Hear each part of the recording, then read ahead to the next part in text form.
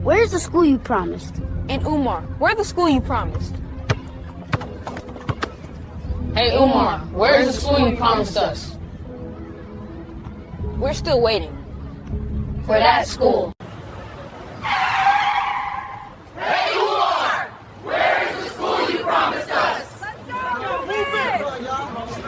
Where's the school? Where's the school gonna open, Umar? Where's the school? Is the school gonna open, Umar? Wait, you think I'm playing? Y'all hear that? Where's the school? They're still out there. Oh, good garbage grade, what am I gonna do? I tricked off all that money. Think I tell them we applied for our certificate of occupancy, but the city turned us down. Yeah. Okay, thank you guys so much for tuning in. And I know I'm really late. Technical issues, I'll explain once we get started. We got a lot to get into. Thank you so much for your patience. Good credit that. Let's go.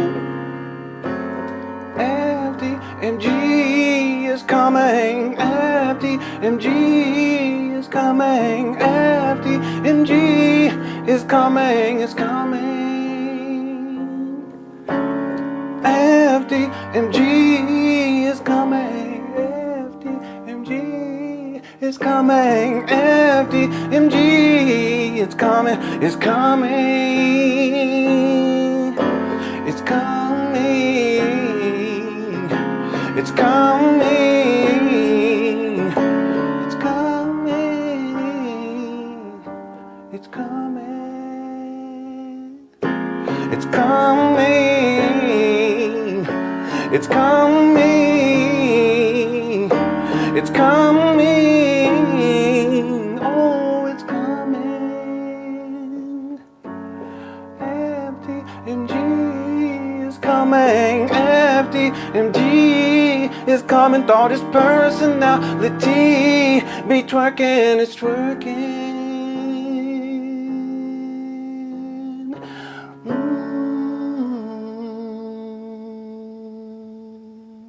All right, welcome everyone. Welcome. I have a whole new. Well, it's not a whole new setup, but I'm doing a new setup today. I'm using my 4K camera, but I'm actually streaming in 1080, and I'm already having problems. I had problems to start, and so this is really a test. We're gonna see how this goes. Hopefully things work out. Let me ask everyone in the Cookie Crush chat, how is my audio and how is the video? The video should be a lot clearer than what I was using with the webcam that I've been using. This will kind of be like a test today. I'm investing in quite a bit of equipment. And I haven't been able to incorporate it yet, but this is like the first step to all of this. Okay. So yeah. Okay. Audio and video's good. Okay. Okay, cool. Okay. Now I don't know how this is going to go. There may be some technical issues going like later on, and we'll have to wait and see. Yeah, well, I've repositioned the camera. Yeah, this is how really it should be, and I should be looking like right here. So this is going to be the setup, and then when I look at videos, I'll look this way. So I want to apologize. It's just I was having issues. It was mainly audio issues, and I'm hoping that I don't have any audio issues, and I hope that this camera doesn't have any issues either. I actually have a dummy battery connected to it, and then it's running into the power strip down below, so it should be perfectly fine. Hopefully, we'll see how everything goes. Okay, thank you guys so much for being patient. You know, yesterday I forgot to close out the poll. There was a poll question, and the question was, how many separate days has Umar Johnson been up there at the trap banners in Wilmington, Delaware? And I can't remember what the percentages were the last time I checked, but I'll give you guys the answer. It's less than 10 times. And I just want to be clear about this. FDMG, as we've known it, it's over. And I kind of had a sense that this was the case earlier this year. And what I had told people was I think that by February of next year, that this stuff is going to wind down. But then Umar does the video where he's talking about how renovations are completed for the third time. He also said that FDMG was open, like it was operating when he was on the Breakfast Club back. That was in 2024. And then I saw people's response, the Umar Johnson followers' response, and they got all excited. And he does this to them over and over again. I call it the illusion of progress. And they get excited. And I figured that because he's able to do that, maybe he's going to be able to extend this a little bit longer. That's why I came up with the poll question today. And at this point, I don't know how much longer this is going to go. I just know that by next year, sometime early next year, I just have a sense that this stuff is going to start winding down. all the way across the board, Umar Johnson video views are down. It doesn't matter who's doing it. Their videos are down, myself included. And this happened in January too, because I always check the analytics. And unless he goes back up there and does something, because people are tired. People are tired of him lying. People are tired of all the shenanigans. And because he hasn't gone up there to kind of sell this FDMG school scam to people, the interest, including in his own followers, they're not interested in that. You can even look at his Instagram page and you can tell, you can see, like anytime he brings up FDMG, it's not much engagement unless he goes back up there. So Umar, at this point, he's irrelevant. Okay, and on some level, in terms of what I've been covering him for years now, and reporting on him for years. It's unfortunate for me, but I already have a contingency plan. Okay, and really me even live streaming with this 4K camera. I'm live streaming in 1080 though, 4K camera, and having everything set up. And there's other stuff I'm working on right now. This is part of that contingency plan, and I'll be building this up over time. Okay, so this, in my opinion, this is the first time where I can say that Umar Johnson, he's done. He's done. I'm specifically talking about FDMG. Now, he can go to the UK. That's what we've been covering recently. In fact, there's another video that I want to get into that I forgot to show you guys yesterday. He went over to the UK, did some marching, gave a couple of speeches, and then he came right back. So that's not, he's irrelevant. Okay, and if truth be told, Umar's relevancy came from two things. Early on, it was him misrepresenting himself as a school psychologist when he was not, and as a psychotherapist when he was not, and as a child therapist when he was not, and as some sort of an expert in the field of special education, in the field of what is it, the school to prison pipeline. I found some videos too, by the way. Okay, I have to add it to the documentary, because a lot of that stuff that Umar talks about with the school to prison pipeline, that goes way, way back. That's not his own stuff. Anyway, at this point, he can go and do these types of things. He can go here and there, but Umar's significance really came out of him misrepresenting himself as some sort of a great school psychologist who had all these certifications, and people bought into. I'm supposed to be looking right here. I'll keep looking at my old. Let me take my old webcam down, because I'm just so used to it. Okay, there we go. But at this point, people ain't buying into all that. And because he does, and then the other selling point for Umar was that he was going to open up a school for Black boys. That was like the main thing in terms of his community work, was to open up a school for Black boys. Initially, it was for Black boys and girls, supposed to be a boarding school. We already know the history. But at this point, he doesn't have that to stand on, because he doesn't even go up there. And he really can't, because he's painted himself into a corner. I talked about this towards the beginning of, or actually I talked about this last year, but the beginning of this year as well. He's painted himself in such a huge corner by lying about renovations being complete. There's really not much that he can do. I mean, he can go up there and fool people, and he can gain relevancy that way. But even still, people are going to recognize, because he's going to keep. How long is he going to keep this going with the certificate of occupancy? Somebody even asked, like, has he applied for the certificate of occupancy? No, he hasn't applied for it. Okay, so anyway, before we get into the videos, I came up with the poll question: how much longer will the FDMG school scam continue? 33% said 1 more year, 36% said 2 to 4 more years, 7% said 5 to 9 more years, and 24% said 10 years or more. That's 10 years. I don't see how he can pull that off. Not at this point, because he's so irrelevant at this, and it's not good for my YouTube page. Okay, I recognize that, but I have to spit facts, as they say. He's irrelevant, and unless he goes up there and starts the shenanigans again up there at these trap bandos, people ain't looking for Umar. Okay, so make sure you get your vote in during this live stream. Our goal for likes today is 400, and I want to get into this sooner than later. Also, someone that had asked for me to pull up Umar Johnson, and we'll do this a little bit later. I think it was TJ. We'll do this a little bit later. They had asked me to pull up Umar Johnson when he did the Pajama Mama rant. He was talking about McDonald's. Okay, I do have that pulled up, and we'll get into that a little bit later on. Okay, Brian became a member again. Thank you so much, Brian. I appreciate it.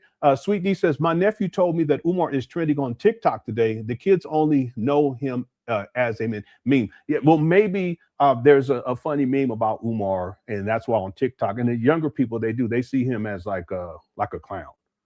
You know, he's something to kind of laugh at. That's what I'm saying. He's thoroughly irrelevant.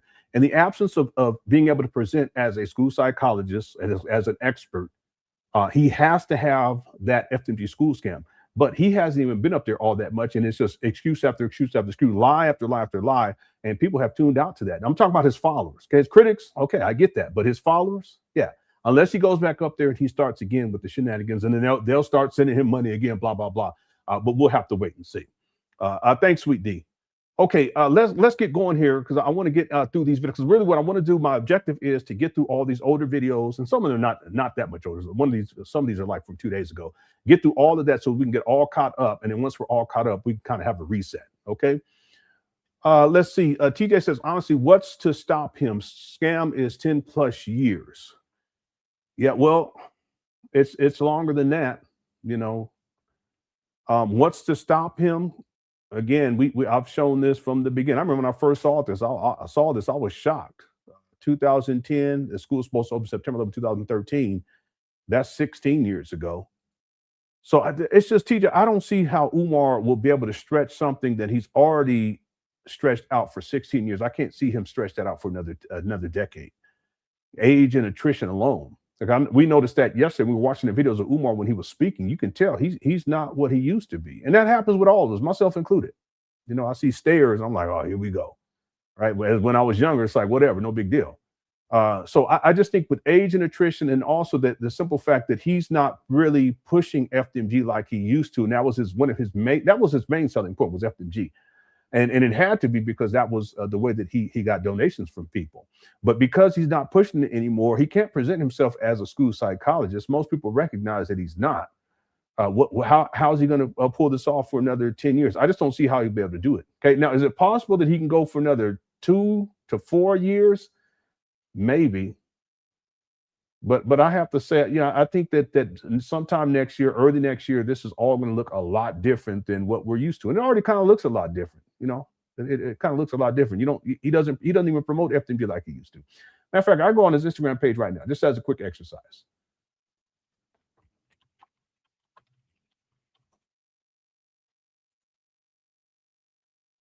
Okay. I'm on his Instagram page right now. He has pictures of when he was in the UK. Shout out to the UK, and he has an Art of Dialogue. He's going to be on the Art of Dialogue in about 3 days. Race baiting, I'm sure. But FDMG, I don't see anything. Okay, I've been scrolling down. I still don't see anything. Yeah, he's not even really talking about it anymore. Now, he may have in these posts like donate to FDMG, but I'm talking about a post that specifically is promoting FDMG. I don't see anything. I'm still scrolling down. It's a different time. I think he's already given up. And he knows that. He knows that. And the other thing is that so many people have already exposed him for his fraud. And it looks like he's going to be next in 4 days. He's going to be back out there in Michigan with Minister Malik Shabazz. And he was back in the day, he was running his mouth too, but I have receipts on him too with his criminal record. Yeah.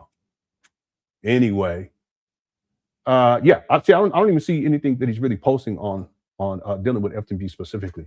Yeah, so that's just clear to me. What is this? Oh, he's eating something. Yeah, I haven't seen this video. This is from a week ago. Anyway, maybe I should download that one too and watch it. All right. Thank you, TJ. And then Lewis Suck says, I'm telling you, you're going to see FDMG ministries with Pastor Jamal Bryant, Deacon Johnson, and Elder Jay Morris. I remember Jay Morrison tried to get into the black church space. It didn't work. But he tried. Yeah, he's another charlatan. And you said Deacon Johnson and Jamal Bryant. Yeah, that's okay. Pastor Jamal Bryant, too. All of them. Okay. Thank you, Lewis Suck. Okay, let's get going here, everybody, because I want to try to get through all this today so we can have a reset. So I want to go back to when Umar was over there in the UK. He actually did another speak. It was short, but we didn't cover it yesterday. So I want to pull that up just so that we can get caught up and we can kind of move on beyond the UK, his UK trip. Here we go. Men, let us stand as one. Whether you Rastafari, whether you Hebrew, whether you Moor, whether you Nawapian, whether you Pan Africanist, whether you're a Christian, a Muslim, whatever you believe in, let that be your business. But when we come together as black men, let us come together for the business of African liberation, the business of African redemption, the business of African independence. Brothers and sisters, we do not believe that every white person is the enemy. We don't believe that every brown or yellow person is the enemy. That's not the point. But the point is, in order for us to win, we have to win by ourselves. And we need white people to understand that when we reject you, it ain't because we hate you. It's because God gave us a responsibility to solve our problems by ourselves. It's not about you. It's not about you. Yeah, but Umar, you can't even solve your own basic problems. You know, like living in your mama's closet. You know, not having your own vehicle, being homeless since 2019. It's ridiculous. I don't understand why black people would take him seriously when basic needs he doesn't even handle himself, and he don't even take care of his kids. So that's another huge issue, another huge red flag. He don't support his children either. So why is it that black people think that somehow Umar Johnson is this great black leader when he can't even maintain basic human needs, the basic, living off of his mom at the age of 51? It makes no sense whatsoever. Anyway, that's the end of this video. It's about us, brothers. Okay. So those are all the videos. I'm sure that there's other ones probably floating out there from this event and when he was out there when he's speaking, so forth and so on. But that's all that I have. So let's close that out. I want to go to August 2nd of 2026, and Umar did this video right here.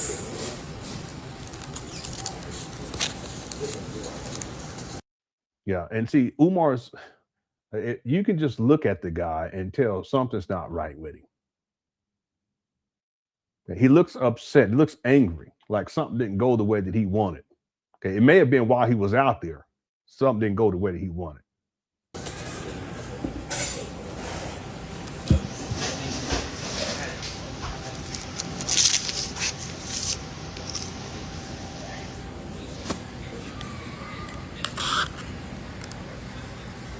Yeah, he's probably gonna be drinking on something.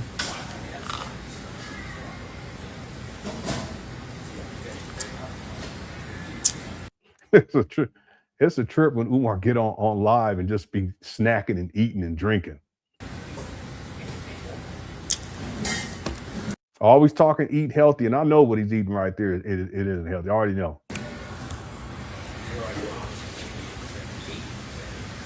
Yeah, this is the narcissism too. He's infatuated with how he looks and his appearance to people.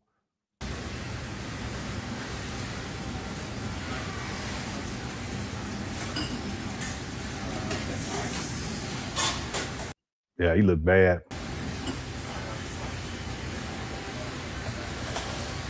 Is he gonna say anything, or is this just full on narcissism?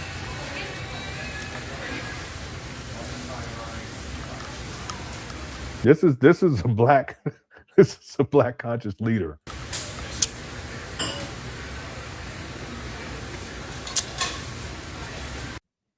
Yeah, it is weird behavior. Like, why does Umar think we want to see him eating and drinking? I just think it's just his way of connecting with people, and he just wants to see what people's response happens to be in his chat room. We were talking about that. Like, outside, when Umar's off of the internet, what does he have? He doesn't have a wife. Okay, he's a deadbeat. Don't take care of his kids. He doesn't have a family. I mean, what does he have? So he has to get online, and even if it's just while he's eating or drinking something, he'll do that because he needs the attention. He's attention seeking in this way.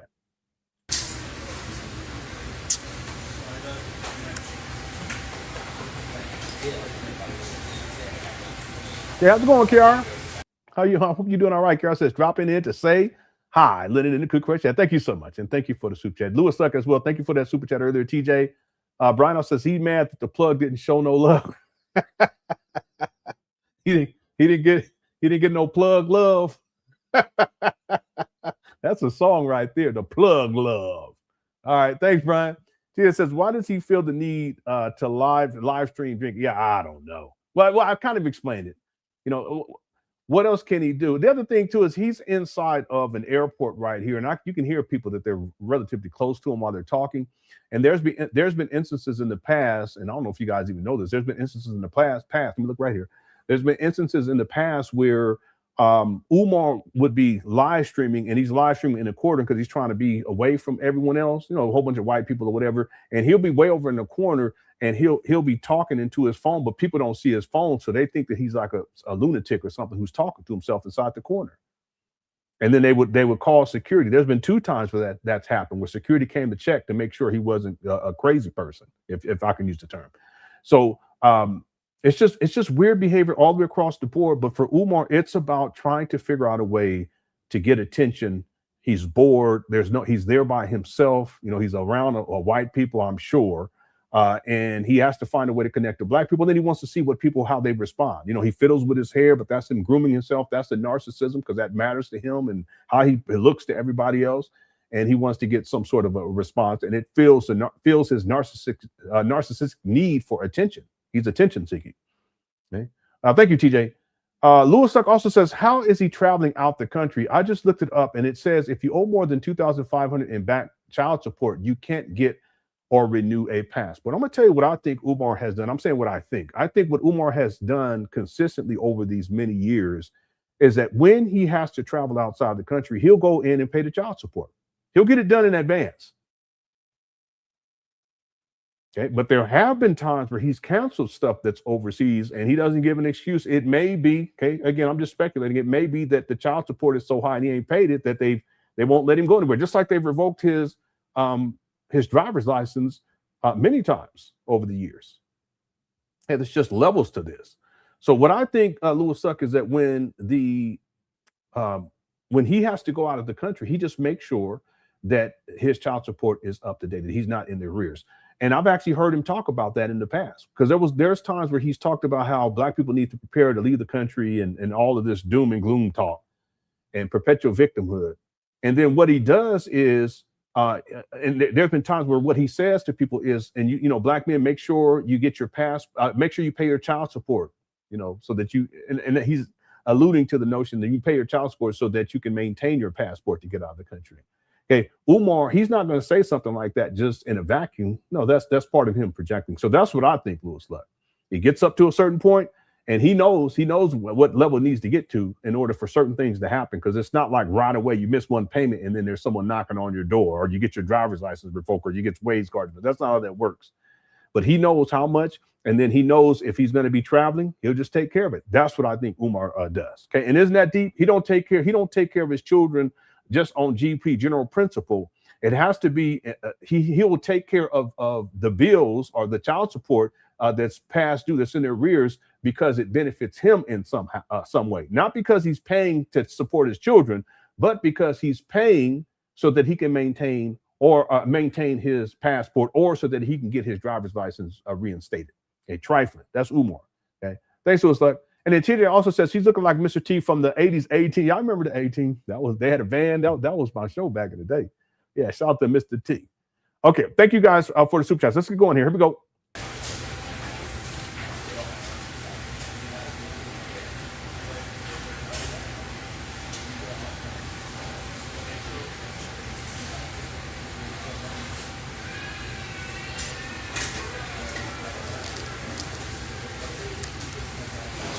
Yeah, you're right. Yeah, Lewis Suck says they'll revoke your passport if you go long enough without paying. And his docket shows that. It shows that he goes for extended periods of time without not paying. It's not uncommon for Umar. You see me keep looking up here because I'm so used to my webcam being right there. It's so weird. It's so weird. Anyway, and he knows that. He knows the ins and outs. You guys remember I played the video from back in the day where he's playing the role of like a judge. And he's, you know, he's talked about, part of this idea is you're supposed to understand like law on certain levels dealing with the school. Okay, but that also can filter in because he's been in child support. Listen, Umar's been in child support now for at least 22 years. Okay, it's probably it's about 23 years at this point.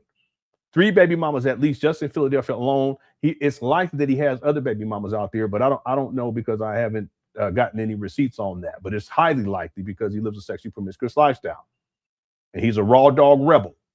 Okay, so it's highly likely. But just with those 3, you best believe, because Umar talked about, I got all this paperwork and he has all these stories about the struggles of child support. He's done live streams where he's talking about child support and the black men woes me. Well, listen, it's simple. If you're going to get up in them skins, put a condom on. Just that simple. And if you don't do it and you get up in there and let one loose and the woman get pregnant, you can't complain about it after the fact. You're the one that got up in there and let one off. Whose fault is that?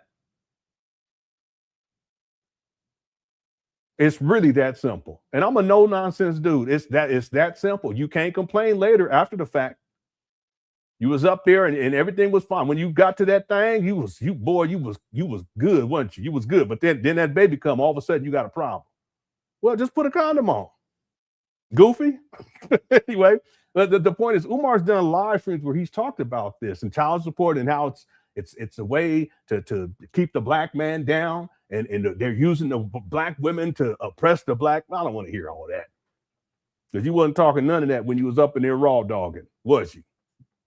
Anyway, he knows child support because that's a long time, 22 years and counting.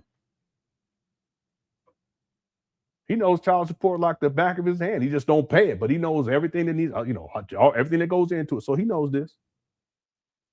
Thanks, Louis Luck. Okay, I think there was one more in here. Yeah, what's up, Dreezy Drummer? Says he's slurping on a Jamaica shake from from Arby's. I don't know what it is exactly, but Umar likes milkshakes.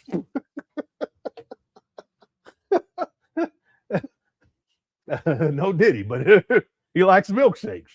All right. Anyway, because I remember one time, real quick.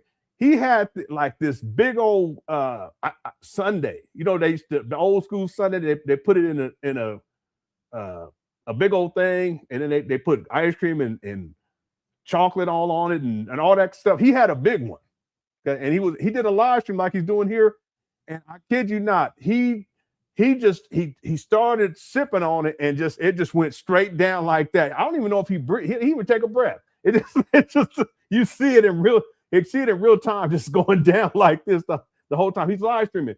Then he finishes it, and people were clowning him so bad. What does he do? He took that video down. All right. So anyway, that's what he liked to do. That's one of his favorites. Thanks, Dreezy Drummer. And then TJ says Umar raw dog too. Yeah.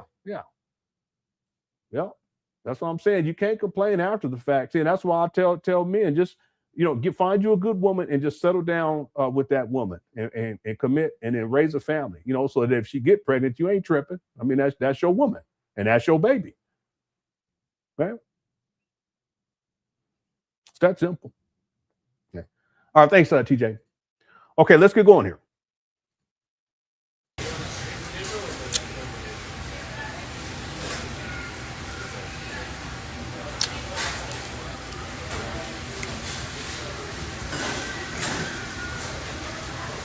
Let me check this video quality too.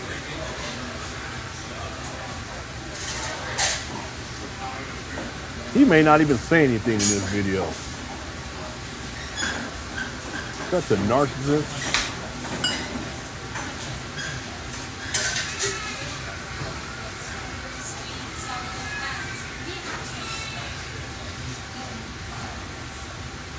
Yeah, this is just narcissism.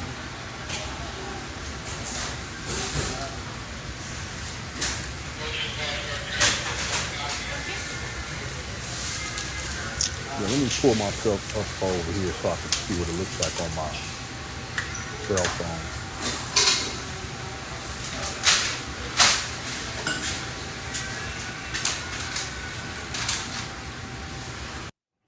Yeah, I need to change the color. It's a little bit because the wall should be white. So the temperature I need, but I can do that on the webcam. Yeah, someone had asked, is this an old video? This video is from 2 days ago. Yeah, it's probably him coming back from the UK.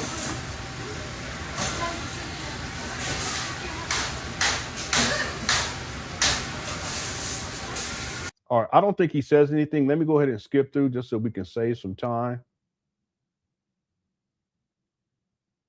Yeah, he doesn't say anything. So 5 minutes. He looks bad though. 5 minutes and 20 seconds. This is narcissism. Yeah, make sure y'all vote on the poll too, by the way. We got about 850 people in the building. Okay, that's that. Let's move on to the next one. This is from the same day. I think he actually talks on this one. Peace and Pan Africanism. Yeah, he looked bad, y'all. Damn. Yep. This guy. This is Dr. Umar with a special shout out to all my Boston, Massachusetts Africans. I'm speaking in Boston today, 2 o'clock until 4 o'clock. One thing about Umar, he be chewing some gum. He be chewing it like, you know how cows be chewing? That's how Umar be chewing gum. With a little bit of Q&A and some photos from 4 to 5. So make sure you pull up Boston, Massachusetts. We're going to be at Spark FM 95, 1195 Blue Hill Avenue. 1195 Blue Hill Avenue, Spark FM online. I want to see all my Boston Africans. It's free.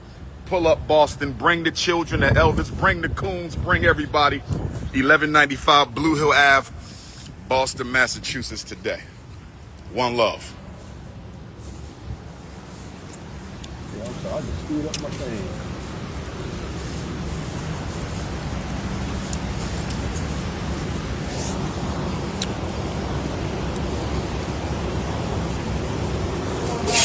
You good? Grab them. You up front. All Tell right, them, we're boss. good. All right. You get it? All right, I got it. You get it, on the front, y'all. How you doing, brother? I'm all right. How you been? Yes, sir.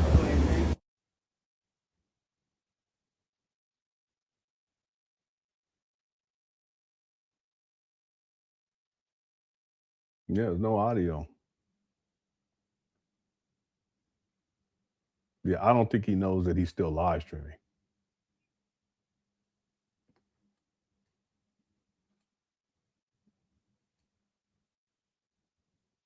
Yeah, he don't know he's still live streaming. Then he turns it off. Okay. And then I have one more from, this is actually from the day before, while he was out there in the UK. I forgot to show you guys this one. Lewis says he was blankly staring into the phone silently. I zone out too sometimes, but not on camera. He's one of those people that just says and does whatever comes to mind at the moment. Yeah. But again, Umar, his phone is his connection to people, to the outside world. And I've talked about that. Like, he doesn't really have, outside of that. I'm sorry, y'all. I'm trying to fix this. Let me see here. Maybe this gets, no, that's not it. No. Yeah, it's supposed to pop up with this right here, but it's not doing it for some reason. Yeah, I apologize. I need to fix this. But look, what I'll do is, no, see, that's what the reason. I have it on auto. It's not supposed to be auto. Take this off. I'm not too familiar with these camera settings yet, but let me go. Oh, no, here it is right here. Yeah, this is it. Okay. Let me turn this down. Okay. Let's go to 490. Yeah, I think that's closer but the wall is still, that should be white back there. I think that's close enough right there. Yeah, I'll be making adjustments as I continue to live stream over the next couple of weeks. But the video quality is a lot better though, that's for sure. I had to buy some extra accessories in order to connect this camera. But anyway, I apologize. So Lewis Select says he was just blankly staring into his phone silently. Yeah, he's done it in the past too.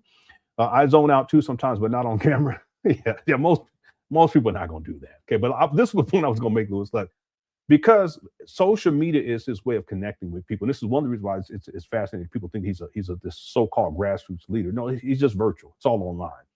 But because social media represents to Umar his connection to people, he'll get on there for anything at any given time.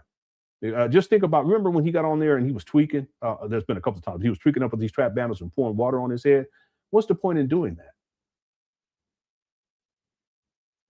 There's no good reason to do and to behave like that, let alone live stream. But he's so used to being on social media. And like I said, if his cell phone was turned off, what would he do? What does he have to go home to? His mama? He doesn't have anything, nothing that keeps him going outside of scamming people, and then his narcissistic needs. He has these narcissistic needs: attention, adoration, praise. So I think he's so used to being on social media that he'll get on and do anything. And sometimes, he'll get on there and just be zoning out. He'll get on there and just be eating or sleeping or sipping on something. Who does that? Right? And you said he's one of those people that just says and does whatever comes to mind at the moment. Yeah, this ties to Umar Johnson in he's like has a childhood imagination, and children, they'll have no filters. They'll at certain point, you got to kind of socialize them and say, hey, listen, you shouldn't be saying it, even if it is the truth. You don't tell that person, that they're ugly. Don't say, I know it may be true, but you don't say that out loud, right? But Umar, he doesn't have that. He's in a state of arrested development. I was talking to my wife too yesterday. There's a part of me though too is like, if someone says something to me and it's offensive, and I'm not talking like race-based, anything like that. I'm just talking about it offends me. I'm going to say something. And when I say something, I'm not going to be kind about it. It's not that I'm going to be going off. Very rarely do I do that. I've done that, but very rarely do I do that. But I will say it, and I don't care about social conventions or anything like that. I don't care who you are either. Okay. But under normal circumstances, it's not necessary for me to do that. But if someone says something to me that's offensive, I will let them know, and I'm not going to be kind about it either. Meaning, I just want to let you know that in my heart, no, I'm not going to say that. That's not how I approach things like that. Okay. Umar, on the other hand, he just doesn't have filters, period. It reminds me of the comments he's made, sexualized comments about children while he was up at these trap bandos a couple of times. We've seen that. He talked about the little girl and her rotten cookies. See, it doesn't register in his mind. And all of that, he said things about the little boys and how their drawers are going to be dirty. Why would you be talking like that about children? A lot of different sexual references talking about children, that the child was raised to be nasty, the little girl, or that the little girl was fast. That's the terminology that we used to use back in the day. And I'm not saying he used that exact terminology, but there's something to that effect. Why would you talk like that? Well, part of it is that's what comes to his mind at the moment. Some things are sexualized that come to his mind at the moment, and he doesn't have any filters, and then he just says it. That's a problem. It's a huge problem. Yeah, it was. You guys remember that? You guys remember that? Just horrible. I talked about that in the first documentary, but since that time, I have so many other examples of Umar sexualizing children. Just making egregious comments, no filter, and just no self-awareness. The other thing too is that's what comes in his mind, and he just says it. It's a serious problem. Thanks, Estevanes. What's up, Chastity? Chastity says, who keeps booking hair dye tonight? Don't call him that. Let him live. Chastity, you think I should get some hair dye? Let me know. I was looking in the mirror. I kid you not. The other day I was looking in the mirror. I think it was yesterday, because I before I started yesterday's live stream, I meant to cut my hair and stuff, and I forgot. I jumped in the shower because I was rushing. Then when I got out the shower, I looked in the mirror. I said, "Oh man, I forgot to cut my hair." So I just cut my head a real rough, just to get going to the show. Okay, I always have excuses while I'm late. No, for real. That's what happened yesterday. And today was something different. But anyway, I was saying to myself, I wonder if I did a show and I did a live stream and I dyed my hair, what would you guys think? Would it be too much? And then I was wondering why, if this has already turned gray and it's graying out, it's almost all the way grayed out. I'm getting there. Why hasn't my eyebrows done that? Okay. Anyway, so she says, hair dye Tunde. He is truly a disgrace, and after revealing that covent, he is a mere puppet in a cheap. Okay, what do you mean by covent? He is truly disgraced, and after revealing that covent, let me look that up.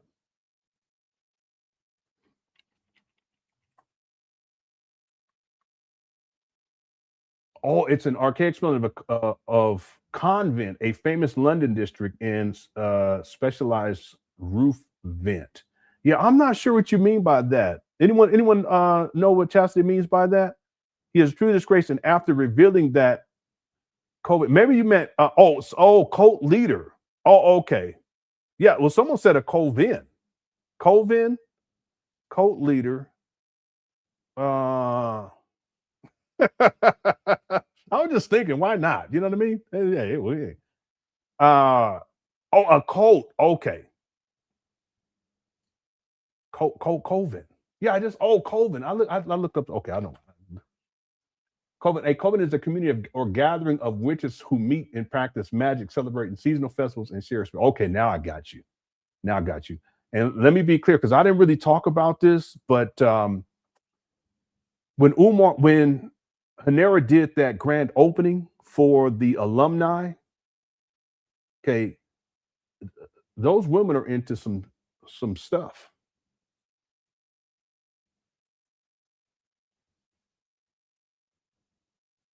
And it's not just all of a sudden either, because even Tiff DeGriff, if you guys went over to her YouTube page, I wouldn't recommend it. But she's doing all these rituals and, cow tongues on, like really it's on the screen and cow tongues and talking about what you got to do for good luck, or if you got a problem here and all this kind of stuff. That's what they're into.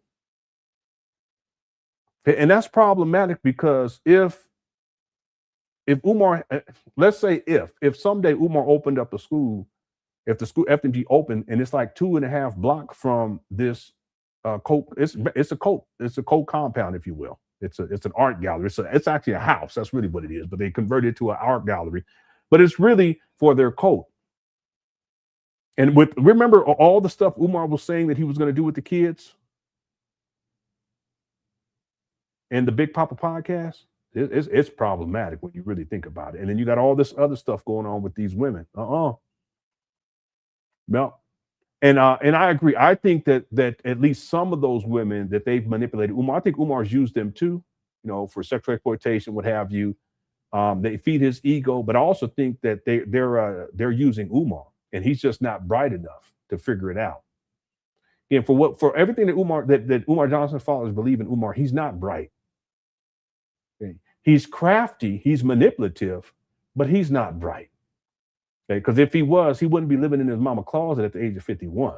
Okay, he would have his own vehicle by now. He would have his own place. He's been homeless since 2019. Remember yesterday I showed the video where he's on stage, and because there's no microphone, he's totally lost. He's looking around doing like this. He doesn't know how to figure things out like that. You guys remember he went shopping for the cleanup day? He didn't know what he was looking. Can I pull that up real quick? Let me pull that up, because I just want to make a point. Umar's not bright. He speaks well, at least he used to. He had a command. But that was for survival purposes. But in the real world, no. Let me give you guys a quick example real quick. So back in the day, Umar, most people remember when Umar did like the paint days, but he did a cleanup day too. And he went to go shop for supplies for the cleanup day. Yeah, here go what's his name right here. It looks like Umar going back up there. Ever surpassed the video game for attention. I like to support that from you. And also, look, tell this to Reverend Mo and the LIP family. It's a pleasure, man. All right, always, brother, always. This guy right here. Thank you, Junior. If I did. But he was running his mouth too, but I got receipts on him too, Kamara. Okay. That's probably the reason why Umar like hanging out with him, but we ain't gonna get into that right now. Anyway, let me find this video. So most people remember Umar from the paint days in terms of him doing stuff, but prior to that, he did a cleanup day, and he went to go shop. The shopping was on June 24th of 2019. Let me show you guys. This is what I mean by Umar's lost. He's like a child. He doesn't have basic. He's in a state of arrested development, but he doesn't know how to handle life, like basic things, like even shopping. And this is an excellent example of it right here.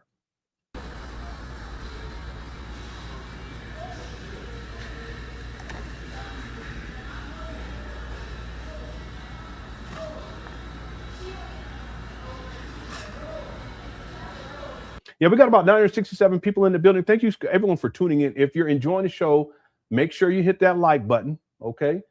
There is a poll question as well. Hitting that like only take you 2 seconds. Our goal is 400 likes, and then voting on the poll to take you to about 3 seconds. Okay, to read the question. The question is, how much longer will the FDMG school scam continue? 34% said 1 more year. 37% said 2 to 4 more years. 7% says 5 to 9 more years. And I'm surprised, 22% said 10 more years or more. Yeah. Okay, make sure you vote on that poll. All right, so let's get back to this. Here we go. And shout out to everyone inside the cook for that. Let me grab me some more smoothie. I'll be right back.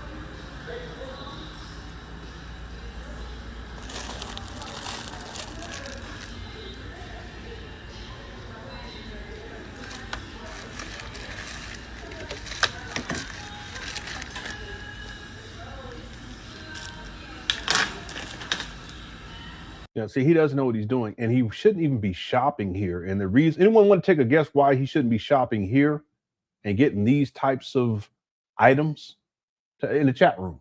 Because someone pointing this out, like when we first covered it, it's so true. It goes to show you he doesn't know what he's doing up at these trap bandos. Peace and love. It's the Prince. Just picking up some things for cleanup day tomorrow. Yeah. It looks like Home Depot, or it could be Lowe's, maybe. No, not because it's overpriced. Yeah, this is it right here. He needs industrial strength cleaning supplies. Now, you can find some of that at Home Depot, but really, if you're going to be, we're talking about school buildings. Well, they're not schools, but you guys, I had to think about that. They're not really schools, but you guys see my point. We're talking about a project of this magnitude. Umar should be getting industrial cleaning supplies, and he should be ordering it in bulk so that he gets a certain type of a discount. That's the point that I want to make. So it goes and shows you a couple of things. Number one, that he's not aware that he should be getting industrial cleaning supplies. But then why would you take on a project of this magnitude if you don't even understand that? That's basic. Number two, it goes to show you that even if he went to go get industrial cleaning supplies, he's not thinking in terms of the financial benefit of purchasing it in bulk, right? So that you can save some money. Okay, so that's number two. And then number three, even if he did get industrial cleaning supplies and he got it in bulk, he still don't know how to clean.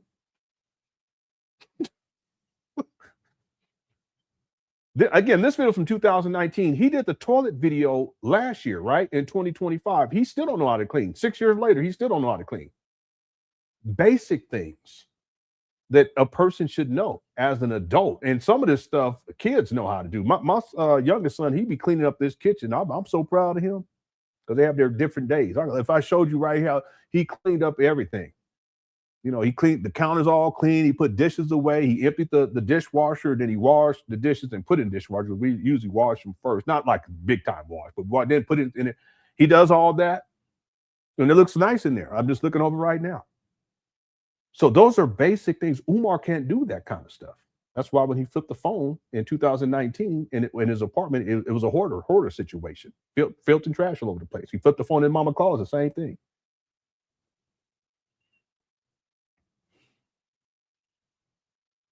Okay, but look how lost Umar is. FDMG Academy, Wilmington, Delaware. We're just doing some cleaning up. Y'all feel me? Clean up day. See, even when he's doing that, he does these types of he'll do that kind of stuff. He's trying to figure things out, and look how lost he is. Okay, he doesn't have a list to draw from that he's written down. Okay, I need to get this for this. I need to get this for this. I need to get this for this. He doesn't have any of that. I mean, this is a major undertaking, and he can't even put together an itemized list of what he needs in order to get started. Just to get started, he can't even do that. You know, Umar says that Marcus Garvey stated that the greatest weapon formed against the Negro is disorganization. Okay, well, that's Umar. He says that quite a bit, but he's the most disorganized person. So he can't even put together a list. He doesn't know what he needs to get. And so he's just kind of walking around looking at stuff. And as he's looking at it, he's saying, okay, I think I need that. And he'll just put it inside the cart. Yeah. Yeah, Sister Faye, but it's supposed to start in September. Yeah, but he's changed it already to 2026. He'll to 2027. He'll change it to 2028. Okay, soon enough. But yeah, you guys remember, it's supposed to open next month this year. He's changed the grand opening date 31 times based upon my research. Okay. We need these. What's going on, y'all? Getting ready for cleanup tomorrow.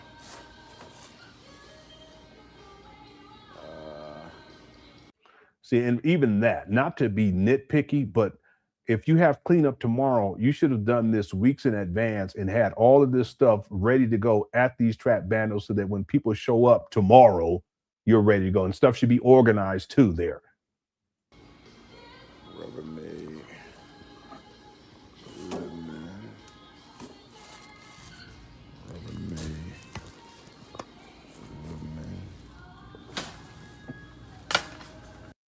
He's going whatever he can find. Ah.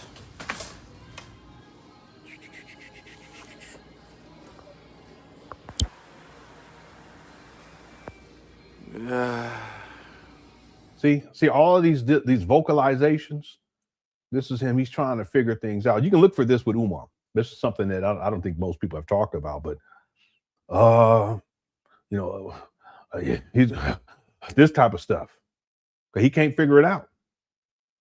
You know, the irony is that this is someone who claims to be this great black leader, and he's doing all these great things. But like I said, Umar Johnson followers can't give me 5 tangible things that Umar Johnson has done outside of running his mouth, which isn't tangible. But if you're gonna go through this undertaking of opening up a school of this magnitude, and as Umar stated initially, it was supposed to be a boarding school on a college campus, and then his conception was a 500-acre coat compound. Okay, there's no way. Umar doesn't even know how to shop for stuff to get cleaning supplies. Okay, that's basic stuff, let alone everything else that goes into operating the school. There's no way. What else? See the vocalizations? There has to be a term for this, psychological term. Couple brushes.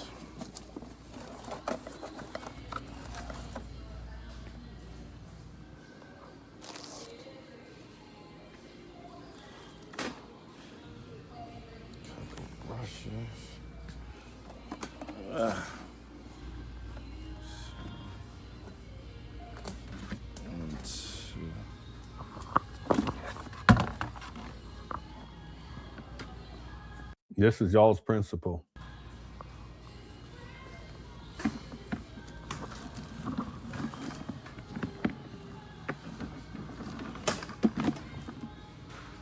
Big one. Listen, I can't do it. When I go shopping, I'm in and out. I can't. See, even sitting there, even the cart sitting there for that longer period, it bothers me. I'm serious. I try to save time whenever I can. When I go to the store, I already know what I'm going to get. And I know where it's at Walmart. I know where everything's at Walmart. But I know what aisle it is, and I already have a plan. It's quick. I don't even have to think about it. I know exactly which row I'm going to go through it to maximize time. So I'm not going to sit there and be like, oh, should I get this? No, that's not going to happen. Yeah. And truth be told, though, we do a lot of shopping on Amazon now because they deliver everything. So we don't go to Walmart as much, but we have Walmart Plus. They deliver. But when I do go, okay.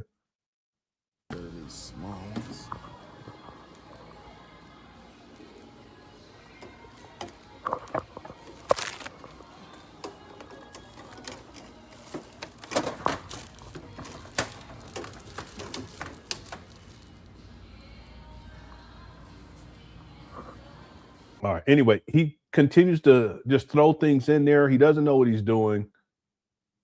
This video is kind of sad, actually. Okay, 8 minutes in, he's just walking through, looking for whatever he can find.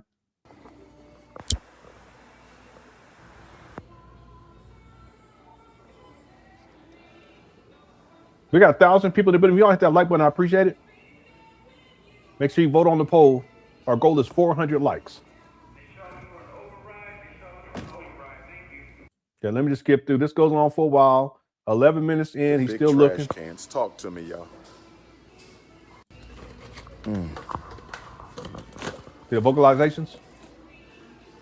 I need the roll buckets. These the carry buckets. So I need some roll buckets, the big trash cans. Talk to me, y'all. See, he's asking for help.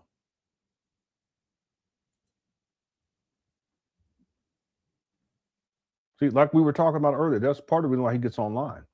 He needs to connect to someone. He doesn't know what he's doing. In this case, he's asking for help. He's asking his father, what do I need to get? Okay, shouldn't you know that?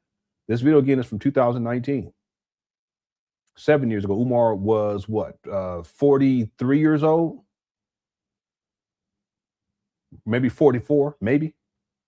He don't know how to shop. Basic stuff. I know I'm an academic. I got to remind me what I need up in here. See?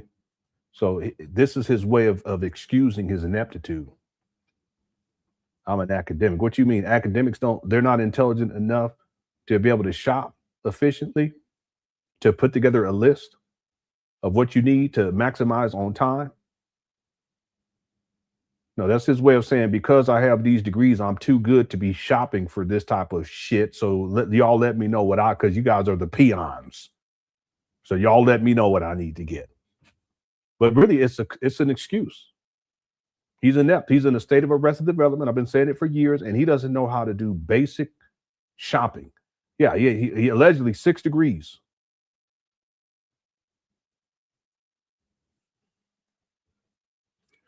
Pimp in Distress says, "What's up, big homie? What's up, man?" Said this man got 2 brooms and a mop.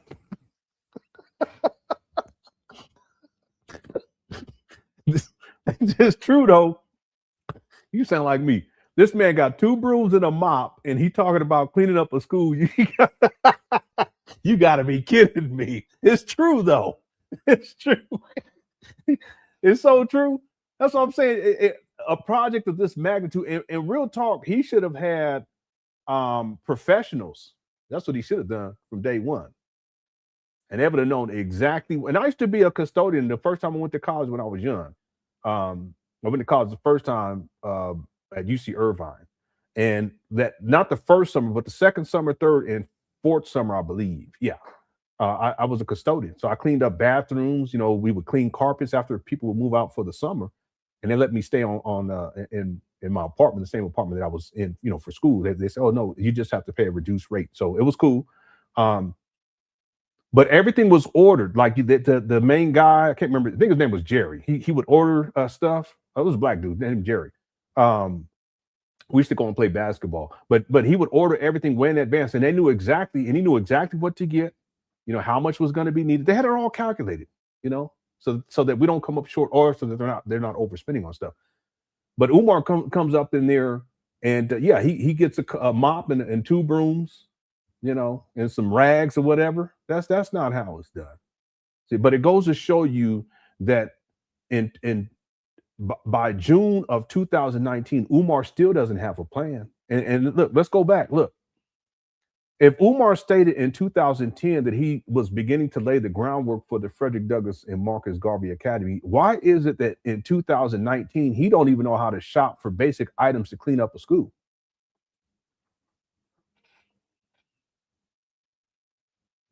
That's a critical question. Wouldn't you think that by 2019, 9 years later, that he would have figured out, okay, when I do get a school, I'm going to have to make sure I know exactly what I need in order to clean the school up.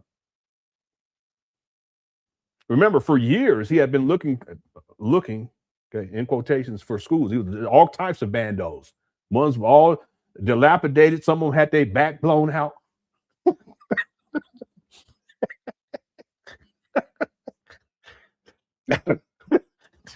I don't know what happened to the school to get the back blown out. There was probably some sort of, you know, what's that guy's name? What's his name was involved? You know, the guy that Roland Martin. He used to have something to do with it. I don't know. Anyway, that's what he said. I don't remember what the video was. I'm hoping I run back into it. But Umar said it was showing me all these broke buildings and one of them had the back blown out. I said, okay. No, I kid you not. Anybody remember that hit the one? I'm not making that up. That's what Umar said.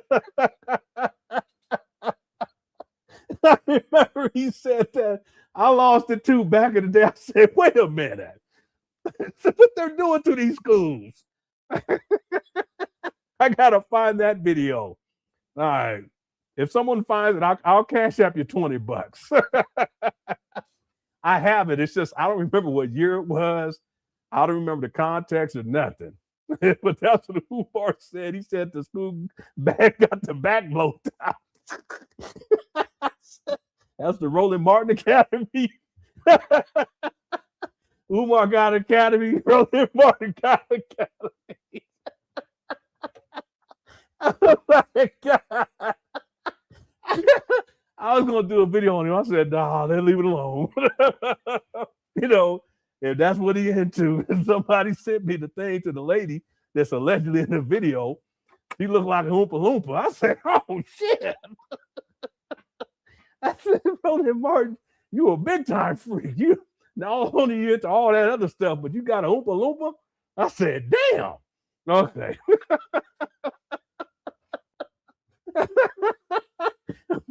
It's always something. Okay. Okay, I don't even know how we got onto that topic, but yeah. Okay. Okay, let me get caught up with these super chats right quick. User 225 says Umar Johnson's like queens with long hair and nails. Okay. All right. All right. Evidently, so does Roland Martin, but we're not gonna get into that. Judah said, Lenon, you don't have hair, but you have a better chance of growing it back than Umar. No, I have a better chance of growing my hair back than Umar opened it in the school. Well, that's some sad commentary for Umar. I'll tell you that right now. This poor guy. Yeah. Anyway, yeah, my the head on my hair started receding when I was in college. Like I remember I was looked in the mirror because I used to cut my hair. And I said, oh shit. Because I used to have one of them little, what they call a widow peak right here. And that started going away. I said, uh-oh. Yeah. And it was all downhill from that time. So I just started shaving at a certain point. Now, if I grew it back, the hairline go way back like this. But that's how my daddy's hair is. And that's how my mama's daddy's hair is like that too. Yeah. Interesting enough, though, my daddy's dad, was his hair like? No, his hair wasn't like that. I mean, it was receding, but not like, just because of age, but it wasn't like he was going bald.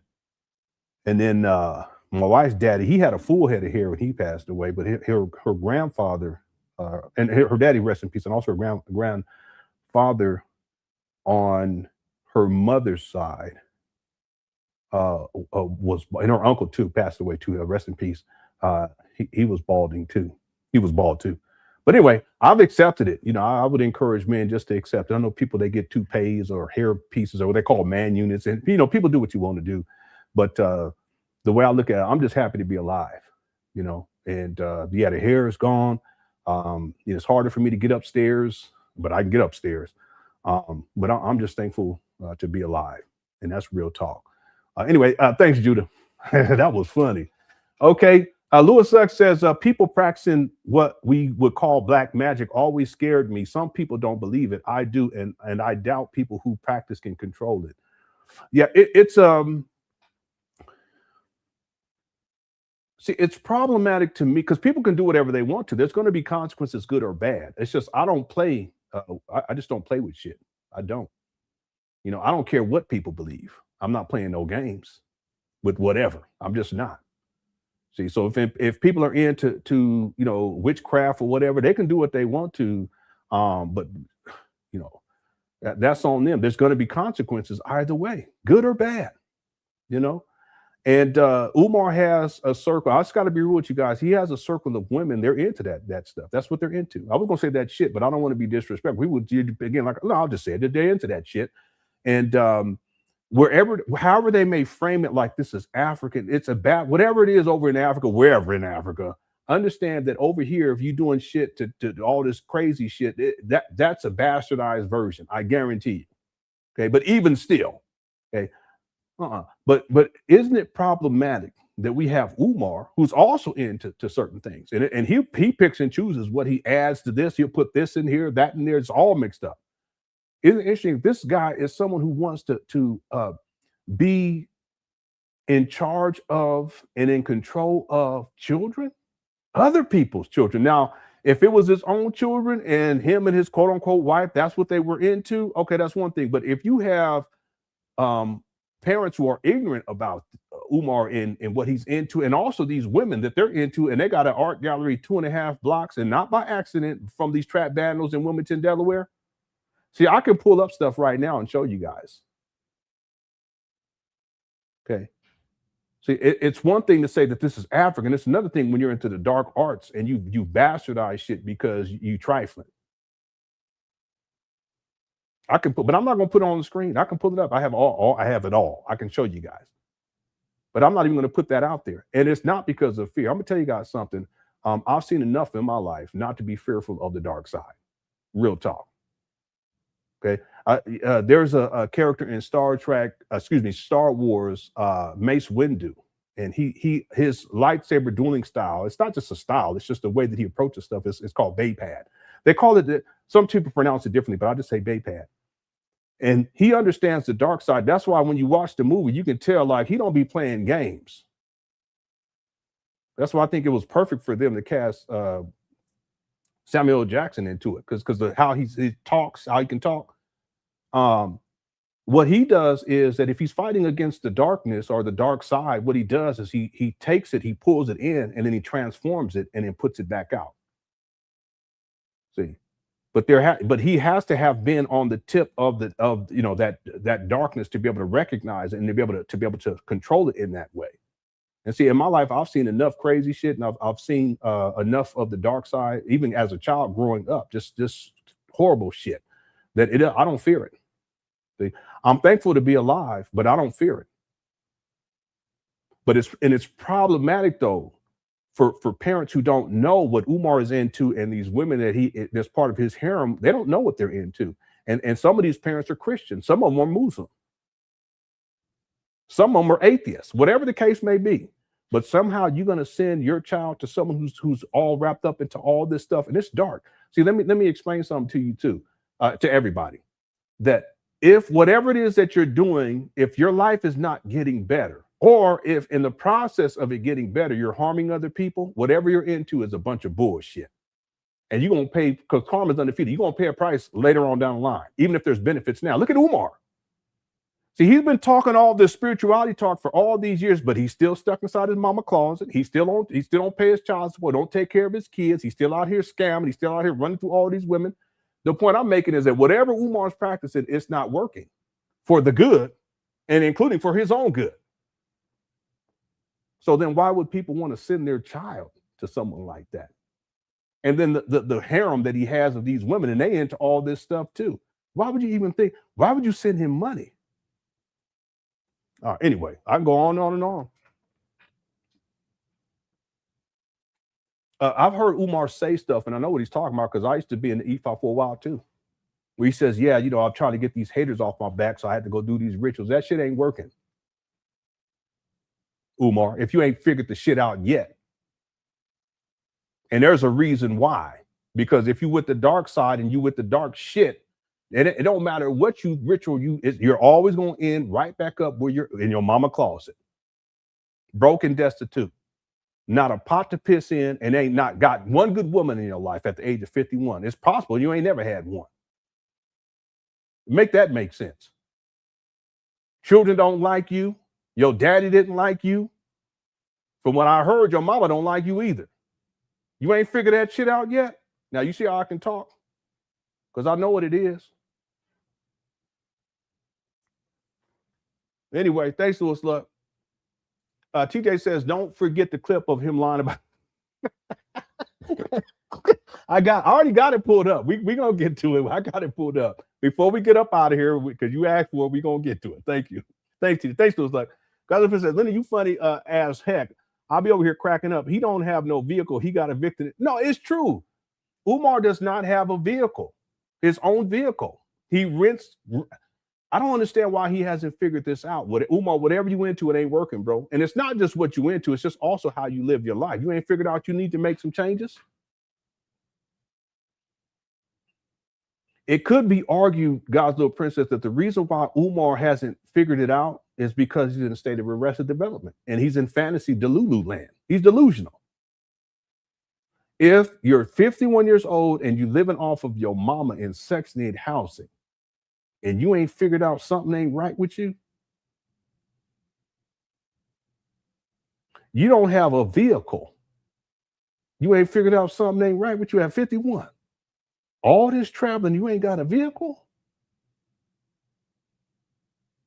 You've been homeless since 2019. You ain't figured it out. Whatever you into, whatever you want, literally and figuratively, that it ain't working. And yet he parades around God's little princess as if he's the prize. He calls himself the Black Messiah. He's the Lulu. See, and that's one of the problems with people who have narcissistic personality traits, that they don't even recognize. They believe in their own hype.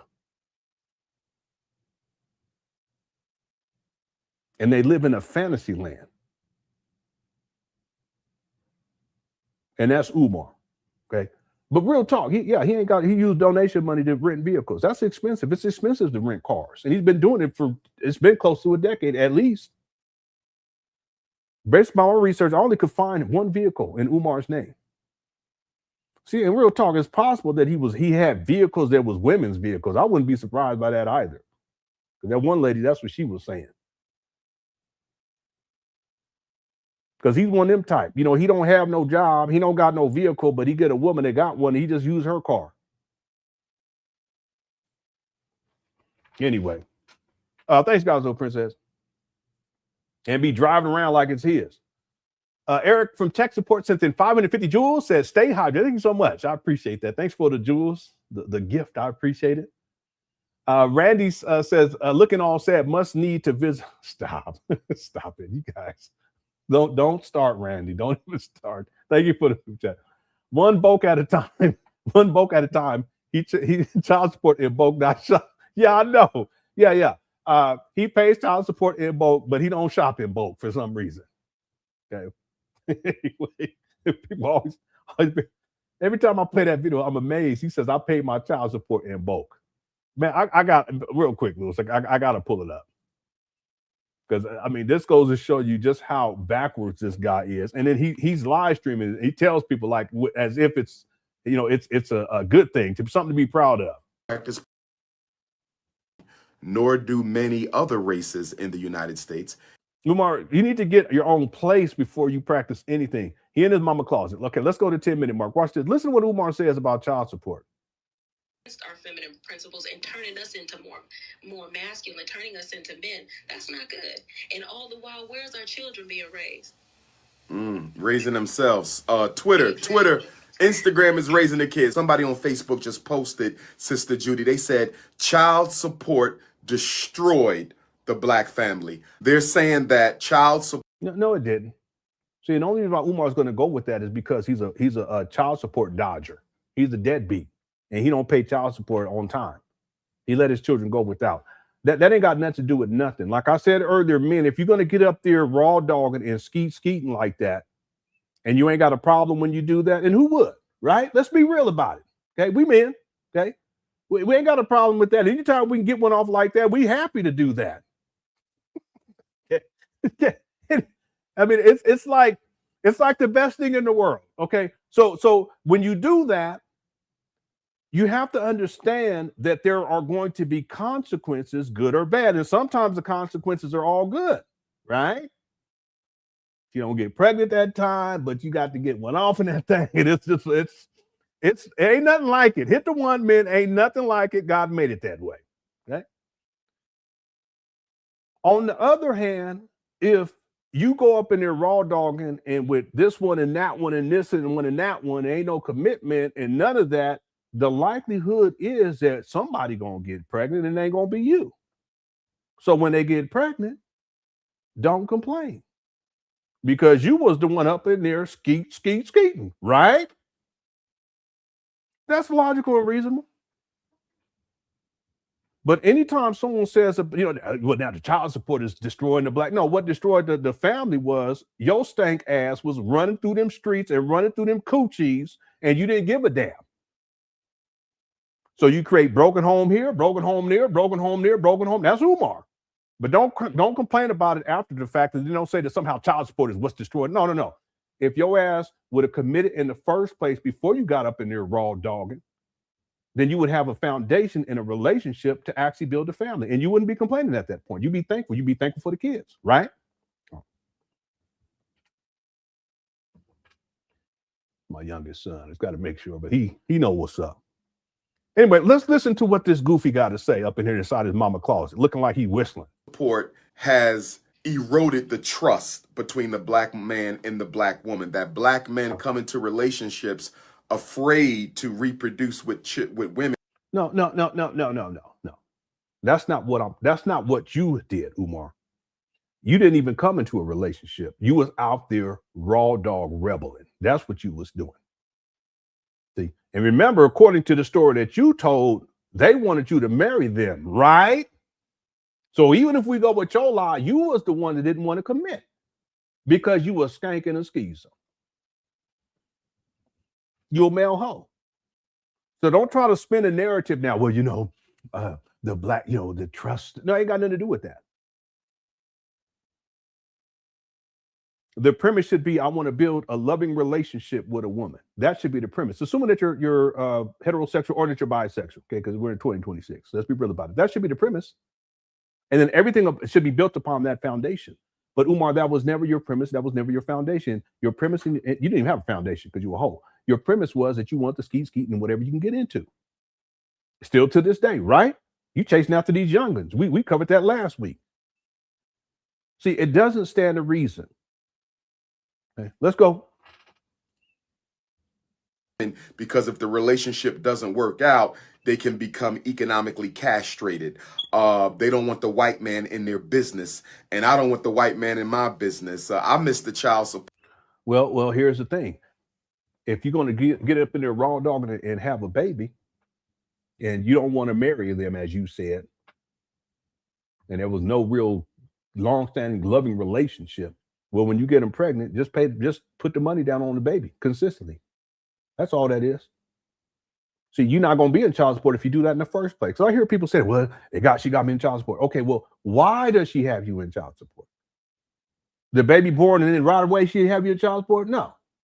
Now, if you were supportive in the first place, she wouldn't have to put you in child support. So whose fault is it that you're not supportive in the first place? Supporting the child financially, whose fault is that? Ain't the woman's fault, and it definitely ain't the baby's fault.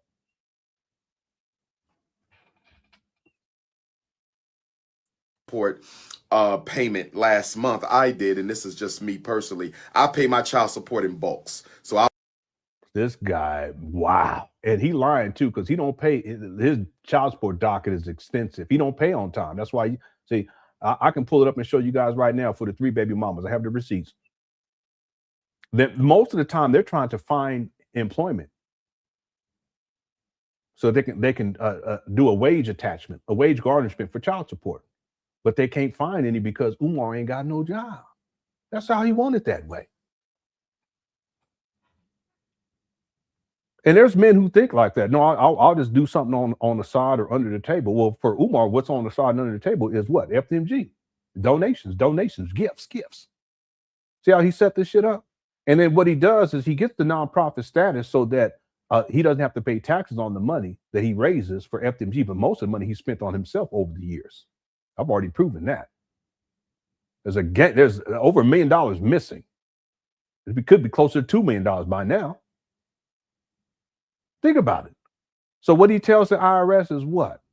I don't pay myself, and I spend 60 hours a week up there. I think he said 60 hours. Come on, ridiculous. 60 hours a week working on FDMG. It was 60 hours. Correct me if I'm wrong.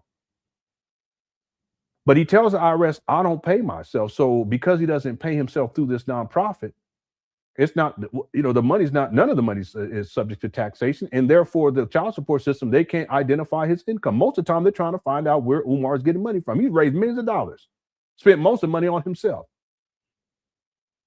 But he has it set up.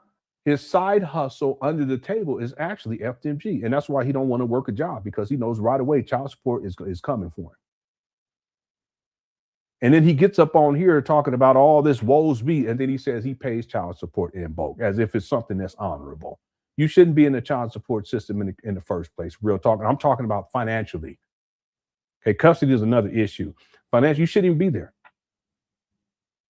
Handle the business in the first place, or don't be up in them skins, raw dog rebelling it. I know it's hard. Trust me, I know. I got 5 kids. You can't tell me shit. But that they said, be fruitful and multiply. Well, that's the way, that's how stuff was set up. Trust me, I know. But you can't complain after the fact. And see, you should be thankful that you got these babies. Real talk. Talk to you, man. You should be thankful. Because then when they get older, you're going to be missing whenever young. They be off doing their own thing. I'm struggling with that right now with my older 2 boys. See the difference in mentality? But the premise has to be there in the first place. Okay, I want to be in a loving relationship with a woman. Met my wife when I was 25. I'm 50. I'm about to be 51. Still going strong. I'm still lustful too. You know how it is, man. I know they said this. That's supposed to, as you age, that don't no. I know. Sexual harassment is wrong, but when I harass my wife sexually all the time. I ain't gonna lie about it. But we're not gonna get into that right now. I always wondered about that. I know sexual harassment is wrong, but if you sexually harass your wife, is that wrong too? I don't know. It's a gray area. We need to explore this. Anyway. Let me let Umar finish his whining real quick. We got about 1,050 people in the building. Make sure you hit that like button. Our goal is 400, and make sure you vote on that poll, everybody. We're at 369, so we can get to 400. Let's go for 500. Might as well. Okay. Let's get back to it. Here we go. I'll pay a couple months at a time. And my youngest daughter mother reported me for missing last month's child support. So No, that's not, listen, you don't go to court just for missing one payment, okay? I see there's men of culture who know what I'm talking about in the chat room right now. That's actually part of a comedy skit that I have. Because I talk about equality and, if I sexually harass my wife, on Monday, that means for equality purposes between men and women, she should sexually harass me on Tuesday. You know what I'm saying?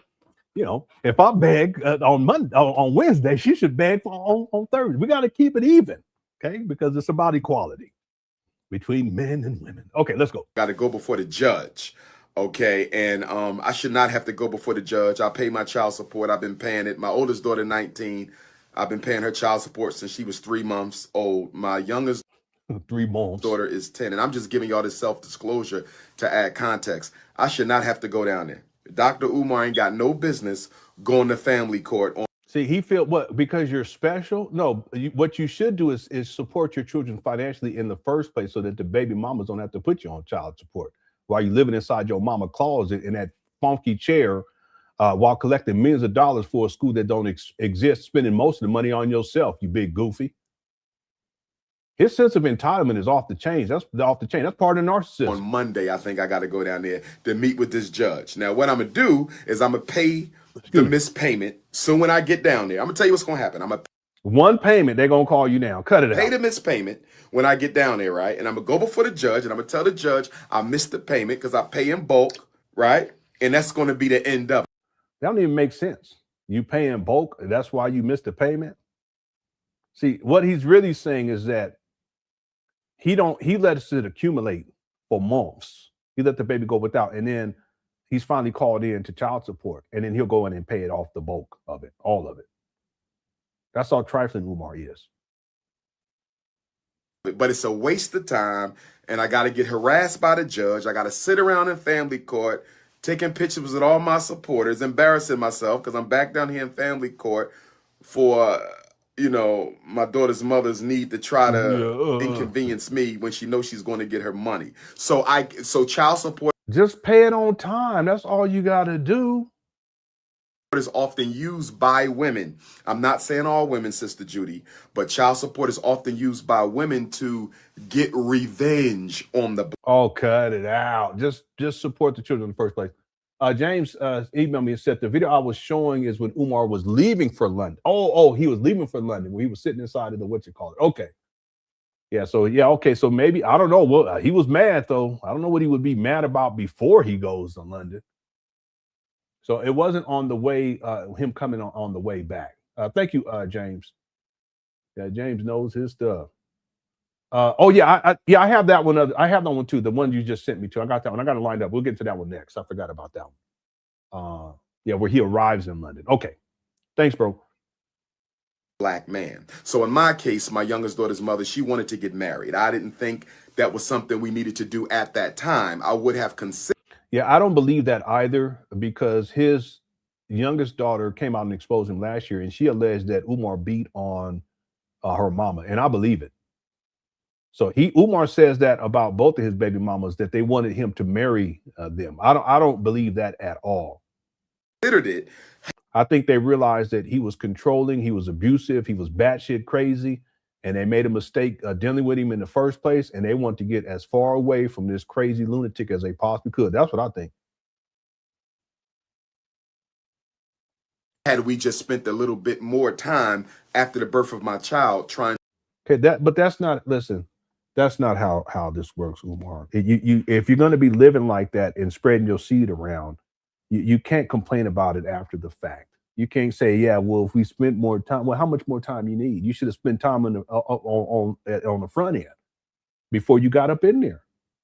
It's that simple. Or just use a condom. Now, let me explain something to you men out there. If you're going to live like that, because it's your choice. Okay, if you want to be out there chasing women, I was never like that, but I understand, because women look good. I get it. We have, I get it. I totally get it. But if you're not interested in marriage, then just put a condom on. You really should be doing that in the first place. Especially if it's somebody that you don't really know, or that you're just running after, because you don't know who she was with the night before or 15 minutes before, what she got going on down there, what you might catch, or you don't know. So yeah, put a condom on. Okay, but if you decide not to, okay, that's a problem, because you don't know this person all that well in the first place. So that's why, if you want to go that route, make sure you spend time on the front end. What I would suggest is that before you get up in there, if there's someone that you're interested in, before you get to run, if you're going to get up in there, and trust me, I understand, you're going to get up in there, put a condom on, but if you want to raw dog it, you guys go together and go get a test, go get tested together. See, but that's assuming that the premise is you want a long-standing relationship. But people who are just out there just running through these women like that, they're not thinking like that. So they don't care. They don't care if she got something. They don't care if they got something, because that's not what their focus is. But see, if you're trying to build something, you have care for that person. They should have care for you. And part of that, let's go get checked out so we can make sure we ain't got no venereal stuff going on. And then after that, if we gonna go for it without the thing, okay, all right. But even still, if she ended up pregnant, okay, now you got a situation. Don't complain after the fact, right? I'm just giving you guys. I've been around long enough at this point. Okay, save you guys a whole lot of men and women. Save you a whole lot of pain and suffering, and a whole bunch of money too. See, Umar, the reason why he's in the position that he's in right now at 51 is because he was living a sexually promiscuous lifestyle, running through these women, and he still does to this day, and raw dogging it. And no premise. And like I said, yeah, we prefer raw dog. There ain't nothing like it. Ain't nothing like it. but the premise has to be there in the first place. That means that this is a loving relationship. If you're going to go there, it's a loving relationship, it's a committed relationship. And even if it's a loving relationship, a committed relationship, if you're not interested in having children at that time, we'll put a condom on. Yeah. No. And I know that's hard too, because I don't like them. I'm just being real about it. I don't like them. I'll be in the heat of the passion. I ain't trying to stop for a couple, because you notice there's two things that happen when you in the heat of the passion. You got to go get a condom. One, you can't find it, and then finally, when you find it, you can't open it fast. Then you got to put it on, and for me that takes about maybe 45 seconds to a minute just for me.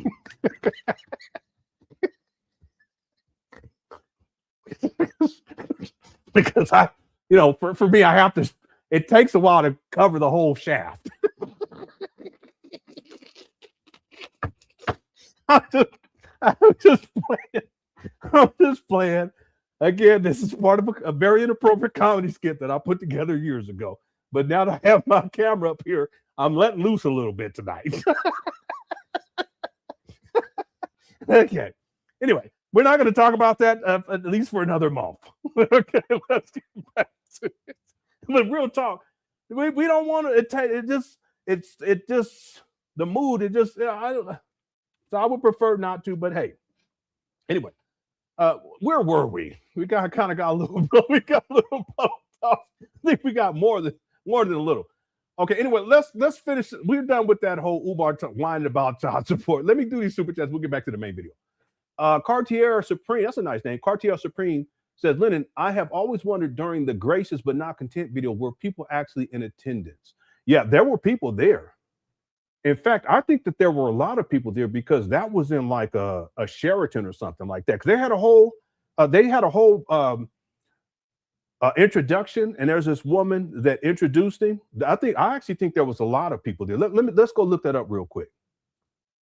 That would have been, that's before he acquires the trap Mando. So let me see here.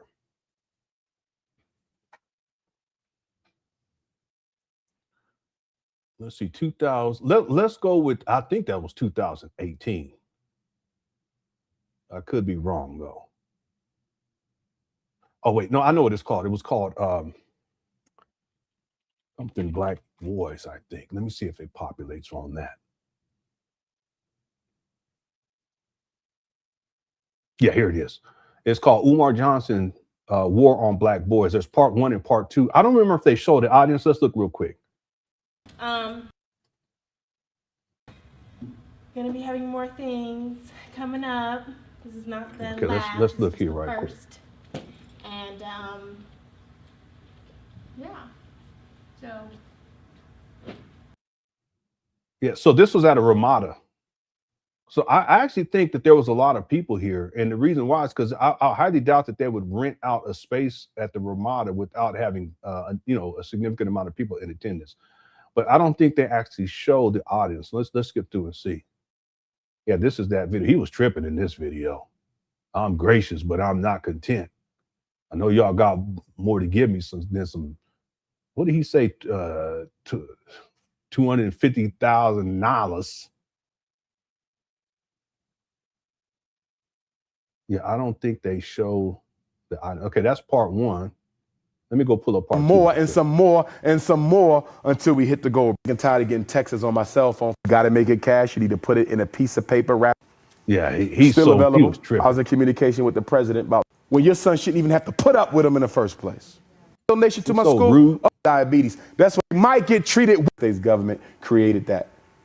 Hispanic ain't nothing but a black person who speaks Spanish who don't want to be the hell black. Puerto Ricans are just as African as the rest of us, but they don't want to be. They got a light skin supremacy problem. Cubans too. My great grandfather Cuban. I know all about them too. See, this is his issues. It's really about his daddy, because his daddy is lighter skinned with lighter eyes. But his daddy, one of his issues with his daddy, Jamal first started coming out talking against Umar, which he should have done. I've talked about this a lot. It's still inappropriate. one of his big issues was Umar's talking points about interracial relationships, whereas Jamal, his daddy, he was down with that. Okay, but Umar, he says that he's against it. So that was one of his points of contention, Jamal's points of contention. So even Umar talking like this, it goes to show you that there's deep-seated issues, okay, with skin color, colorism, issues with his daddy. His daddy is Umar's part Cuban too, but his daddy's part Cuban, and going back to Grandpa Cicero, who identified as a white Cuban, et cetera, et cetera, et cetera. And that side of the family is extremely light-skinned, okay, including Umar's grandmama, rest in peace, right? So Umar has issues. That's why when he talks about that right here, he's actually referring to his own lineage. It goes to show you that he has these lingering issues. And I think it goes back to childhood, because he was one of the, if not the darkest out of all the kids.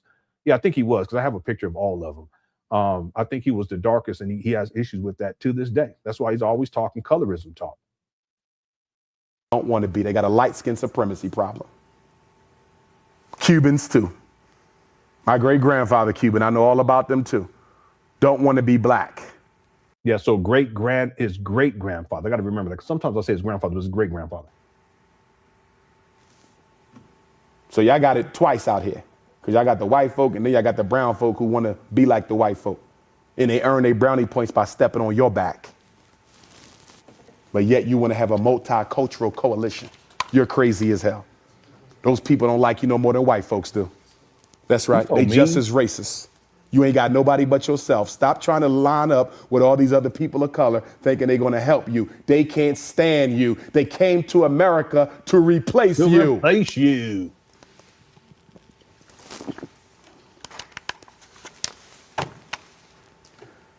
Now, we also going to teach your children dietary and nutritional science. I want our children to be masters of healing the body without no pharmaceuticals from the drugstore. I want that little boy back there, if mommy not feeling well, he can go out to the yard, get some herbs, boil it, put a little honey in it, little cayenne pepper, and knock mommy flu right on out.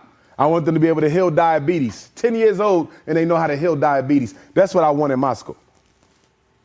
That's what we working towards. So far, we raised $250,000. I'm gracious, but I'm not content. Wow, this guy. Because I know y'all got a lot more to give me than some $250,000. When Darren Wilson killed Michael Brown, white folks gave him $300,000 in 3 weeks for his defense. And Dr. Umar Johnson is trying to build a state-of-the-art school for black boys that y'all all know I need. And after 6 months, I only got $250,000. Trifling ass black people. I'm going to call it like I say it. And I don't care if you get offended. We can handle that outside. We trifling. I should have been had that $2 million. I should have had that $2 million 30 days after I started the fundraiser on May the 20th. It don't make no sense. But y'all sure call me up when the school's messing with your son. Did you make a donation to my school? Oh, not yet. Bye. Click. That's the new Umar. You want some help with your son? Did I get a donation? No, I want to hear that. Mail the donation, then you call me back, and then I'll help you with your son. But you're not going to use me to fight white folks when your son shouldn't even have to put up with them in the first place. We trying to buy the St. Paul's College in Lawrenceville, Virginia. Still available. I was in communication with the president about 3 days ago. He told me the school's still an option. Okay. Anyway, that's what you were referring to. And then the second video, part 2, I don't think they showed the audience. I just think that there was a lot of people there, because they wouldn't have rented out. And I'm not sure, but they wouldn't have rented out a facility like this unless they had a justification for doing it.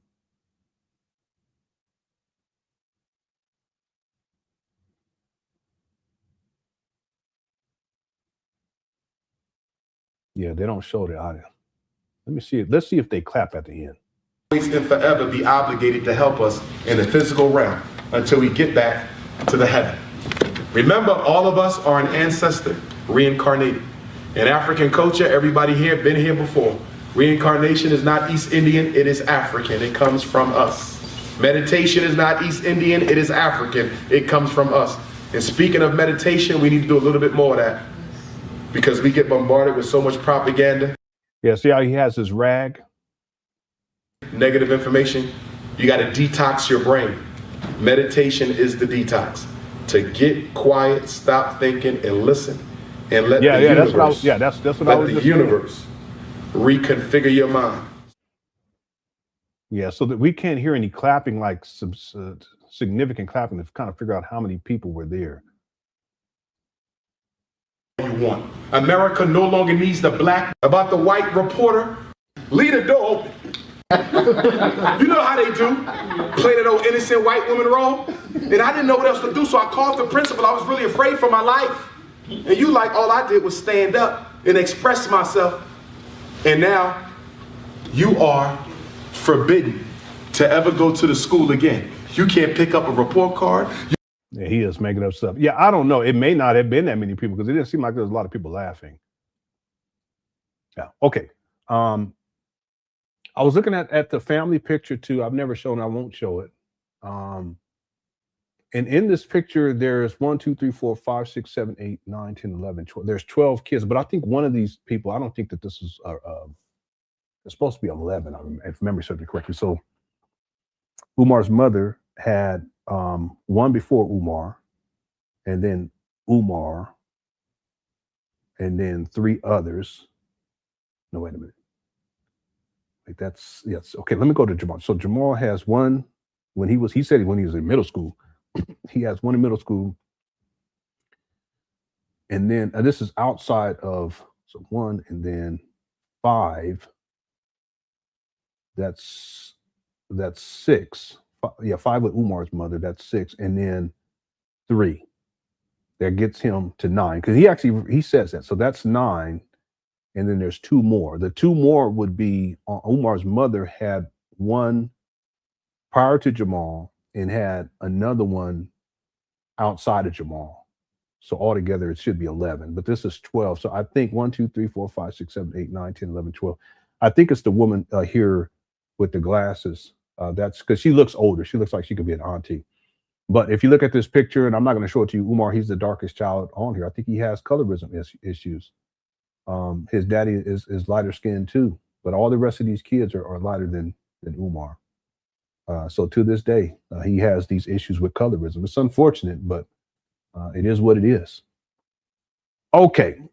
Let me do these super chats real quick, and then we're going to get caught up, and then we'll start winding this down. I don't have much more to show you. Tomorrow we have a longer video we'll get to where Umar was speaking.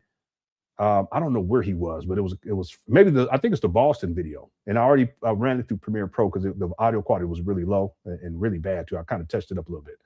Okay, thanks, Cartier Supreme. Okay, appreciate the super chat. Everyone else too. Thanks for the super chats. Pimps in Distress says, "What's up, big homie? This man got 2. Yeah, I got this one. Yeah, that's real talk." TJ says he has a disorganized mind. Basic stuff is hard. Yeah. But even still, Umar, he has ADHD. Okay, but it's not the end of the world. It's not. I can get distracted by stuff too, as you guys know, especially when we do our live stream. But part of it is that's how the show goes. We go wherever we need to go. There's people who complain about it, but that's just how the show goes. It's more entertaining that way. When I first started doing Umar Johnson videos, I had a presentation and I just stuck to it. I got through it and that was it. But now there's the Umar Johnson saga. There's so many areas that we can go into. So at any given time, we get blown off. It is what it is. I enjoy it.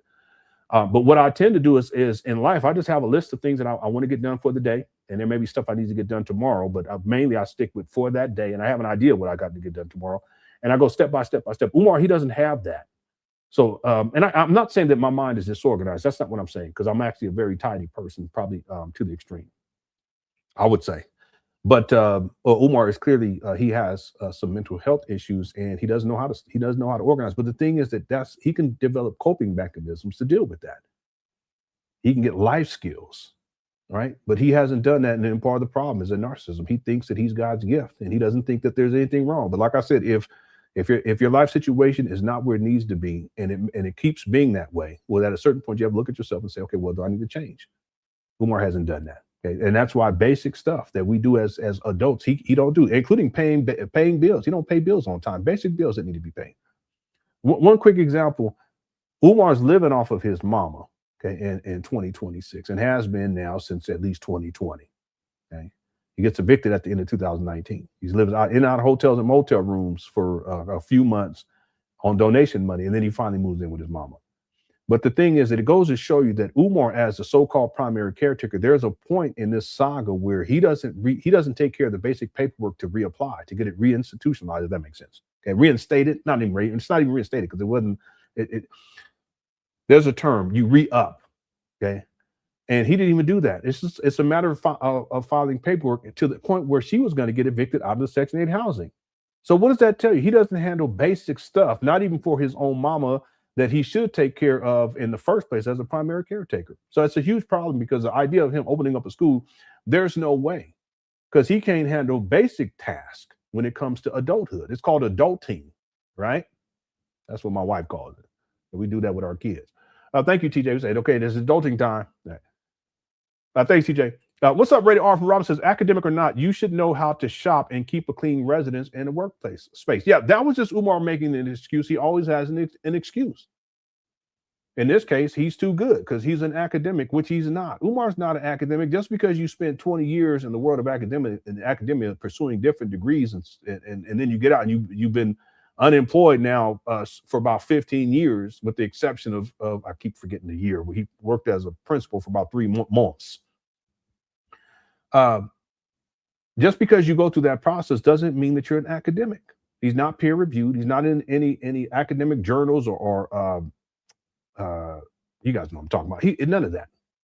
But he says things like that. And he said it in this case because he wants to make himself appear. He wants to have an excuse. The reason why I don't know how to clean up, the reason why I don't know how to shop is because I'm an academic. No, academic people who are in the world of academia, they know how to shop too, Umar.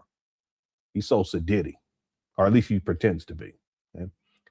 Thanks, Rated R for Robin. Stocky Jack says he need to put the phone down so he can actually shop. Yes, right? It makes sense. But like I've been saying, Umar, he has to stay connected because to social media, because that's how he feels as if he has something going on in his life. Once that camera goes off, he goes back to being a bum from Philly, living inside his mama closet. So whenever he does stuff, he'll be shopping or he'll be eating or whatever. He does that because he wants to connect to people. And in some cases, in this case, he needs help. But why would you need help if you, this big time school psychologist, and you're the most requested scholar, but you don't know how to shop for basic cleaning supplies? Doesn't make sense. It doesn't make any sense. Yeah. And it'd be more efficient for him to put the phone down too, right? But not Umar. Like when he's cleaning toilets. Why are you holding the phone while you're cleaning toilets? This is disgusting anyway. Why would you have your phone next to toilets that have fecal matter and urine in them? Why would you do that? Because he's recording like this, and he got his hand in the why would you do that? Okay. Well, he has to feel connected to people. And he's so used to it at this point. I think Stocky Jack for the super chat. Salute information, man. Says, how can Umar teach kids when he can't even shop? I know. And notice he says stuff about what he's going to do with these kids. He's going to teach them how to float ships and fly helicopters and fly airplanes. Umar don't even know how to shop for cleaning supplies. You see how ridiculous this is? I mean, we can put together a whole list of things that Umar Johnson said that he was going to do. He was going to have a dirt bike team, a dirt bike club. Okay, Umar, are you going to be riding around on a dirt bike? He's going to be teaching them African martial arts. Umar, do you know African martial arts? We're going to teach them, they have to learn at least 2 African languages. Umar, do you know any African languages? Or any African language? Just one. So, and if he said we're going to teach them how to shop, which is a life skill, Umar can't teach that, clearly. But there's all kinds of things he said he's going to teach these kids, and he don't even know how to do himself. We're going to teach him how to garden. Can you imagine Umar gardening?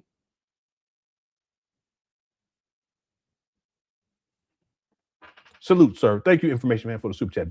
Brian says, Bando backdoor blowouts. What? Wait a minute. Wait a minute, Brian, BT Tisdale. Brian says Bando backdoor blowouts are at an all-time high. It's a crime. Let me stop. All right. I gotta find that video. I don't even remember what the context was. He may have been being interviewed, maybe. It was an interview. I can't remember. I'll run back through it at a certain point. Thanks, Brian. Information man says, how can Umar teach? Okay, I got this one. He can't. I got this one. Thank you so much, bro. The Spike Spiegel says the end is nigh. Zebra cakes and grape Kool-Aid are at at the ready. Working on AIML. Oh, good. Yeah, AIML certs in my IT career. Congratulations on that. Chat is always and remains undefeated. Yeah. Well, when you finish on these certs, let us know so we can congratulate you. But congratulations in advance. Yeah, I've been saying it, and that's part of the poll question. Make sure you guys vote on the poll. How much longer will the FDMG school scam continue? 32% said 1 more year, 35% said 2 to 4 more years, 8% said 5 to 9 more years, and 25% said 10 or more years. I don't see 10 or more because again, he's 51. That would mean that he's going to still be doing this in and around 61. I don't know, y'all. That's even 5 to 9 years to me, because he's 51. He's about to be 52, right? Yeah, because I'm about to be 51. He's about to be 52. So if he goes for another 5 years, he's going to be 57. And if he goes for 9 more years, he's going. I'm just saying. Let's say he's 52 now. 9 more years, he's going to be 61. So I don't see that. 2 to 4 more years, I think that's reasonable. 1 more year is reasonable too. Yeah, 2 to I don't even see how 4 is going to happen. I really don't. But I think that's more in the range of possibility. Make sure you vote on the poll. We already have 1,000 votes on that, and our goal for likes today was 400. I think we already got that. Yeah, we did. We got 438. So let's see if we can go to 500. We're gonna go for another 30 minutes, and then we'll be up out of here. And then I'll set up the next show for tomorrow. We'll get into Umar's lecture. I think he was in Boston, and he's in yellow or orange, I think, and he has on some Nikes. We'll get into that tomorrow because I think he was talking spirituality or metaphysics, at least to start. I just said this because I was editing it, clearing up the audio, and that's what I heard him talking about. But who knows what else? He may even give an update on FDMG. We'll wait and see. And shout out to James for sending me all of this. Okay, thanks, the Spikes people. Once you get closer or when you get these certs, let us know so that we can congratulate you, okay? Giannis says, my father is a former minister, still listens to Umar. Yeah, that's interesting. Umar, he's spoken so poorly about the Black church over the years. That's been one of his targets. But the other thing, Umar's lifestyle and how he lives, I don't get it. Because the way I look at it is if you're religious, you should be about it. Yeah, I'm not religious, but if you're religious, you should be about that, right? So if you shouldn't be dabbling in the dark arts or whatever, and that's part of your religion, then you shouldn't be supporting someone who is, sending them money, defending them. You guys see what I'm saying? And Umar, he's into all kinds of stuff. He's all over the place. He mixes and matches stuff, that whatever, because he's all over the place, and that's why he has a dark cloud over him at all times. Right? Thanks, Giannis. What's up, Enterprise? Hit the gold coin of 10 jewels. Thank you so much for that, for the gift. Karma Kid says, I can thank Umar for introducing to the word delusion. Yeah, he's delusional. He's delulu. Anytime, let me give you guys 3 quick examples. When Umar says that he's the most requested scholar, that's delusional. Look, in the first place, he's not a scholar. But even if he was, this is logic. In the first place, he's not even a scholar. But even if he was, by some stretch of the imagination, extreme stretch of the imagination, how can he quantify being the most requested scholar?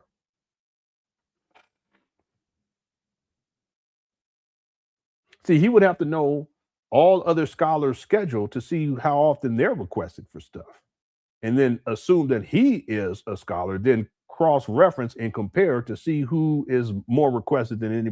You see what I'm saying? Umar hasn't done that, and that assumed that he's a scholar in the first place. He never was a scholar. He's not peer-reviewed. He's never been in any scientific journals, if you catch my drift, or journals of psychology, for that matter. Right? Another example is when Umar calls himself King Kong. That's delusional. King Kong consciousness. That's delusional. Because he thinks that that's a title in the first place. It's self-appointed. It's grandiose because he's King Kong conscious, but it's delusional because the story of King Kong was King Kong got hemmed up with the white woman, and end up dying because of it. So you against the interracial stuff, and again, King Kong is symbolic of the black man. Let's be real about it. So just talk about the symbolism. Okay. So why would you name yourself after that?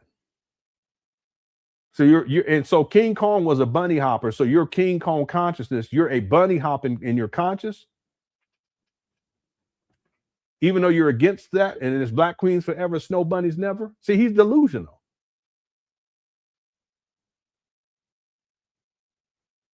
I'm gonna tell you one other one, and listen, y'all don't take it the wrong way. Every time Umar live streams inside of his mama's closet looking funky, he's delusional. Because in his mind, somehow he thinks that that's acceptable. As someone who has 6 degrees, as someone who's the most requested scholar, you see how it starts getting crazy? As someone who is a school psychologist and a school principal, you see how it starts getting crazy? If you live streaming inside your mama closet at 51, about to be 52, homeboy, and you think that that's okay while you're a school psychologist with 6 degrees, et cetera, you're delusional. Listen, y'all, there's times where Umar, he'll live stream inside his mama closet, and it looked like he just rolled out of bed and it was hot. And he was sweating in his sleep, face all greasy like how mine is getting right now. That's one thing about this camera, boy. I can tell you, he's sweating now. Right? Why is he sweating like that? Yeah, you can see it now. Okay. Anyway, he's delusional. So yeah, that's what we call him affectionately. He's Delulu. Right. Thank you, Karma Kid. Information Man said, man, a man that doesn't take care of his kids is not a man. I agree. I totally agree with this. And see, the thing is, because I have I always hold myself accountable. I could have done a lot better in those early days, okay, in terms of financially, for sure. Okay. I was struggling. I had my own issues. In particular, I was into the conspiracy theory paradigm. And that's a whole other thing. And not only did it take me away from handling basic stuff that I should have been taking care of, but it just had an adverse effect on me mentally, okay, and emotionally for that matter. Okay, so I own that. Since that time, we've made progressions in particular over the last decade. I've made a lot of changes and things. We're doing a lot better now. Okay, so I just want to say that in preface to what I'm about to say. There's this thing that there should be, even though for me there has been for a long time, but I've worked through a lot of these issues. There should be no shame for trying to do your best, but not doing your best. Okay, I've been there, right? And it can be applied to anything, okay?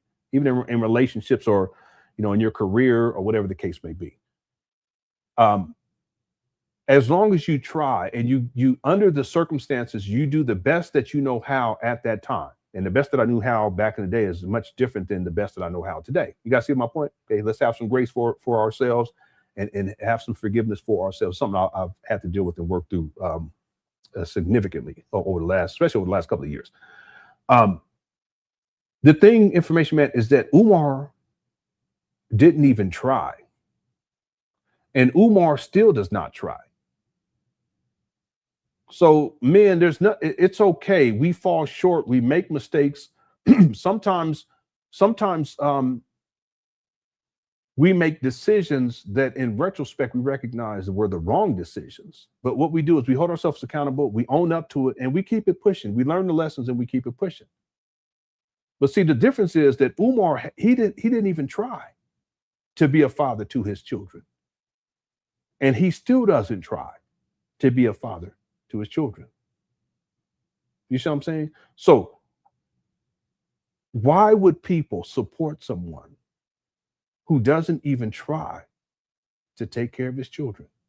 And it can be difficult. Trust me, I've been there. And even every day there's something. There's always something. I got 5. My wife got 5 kids. It's always something that comes up. Sometimes I say, I just need a break. Can I have one day? No, that's not how it works.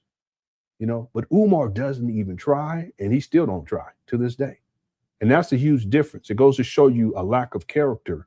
And part of it is that the narcissism. He don't know how to connect it. And you know this, okay? You're the expert. Umar doesn't know how to form genuine bonds with people. See, that's why he'll never appreciate a woman. He never will. Because when you develop a bond, you appreciate every little thing.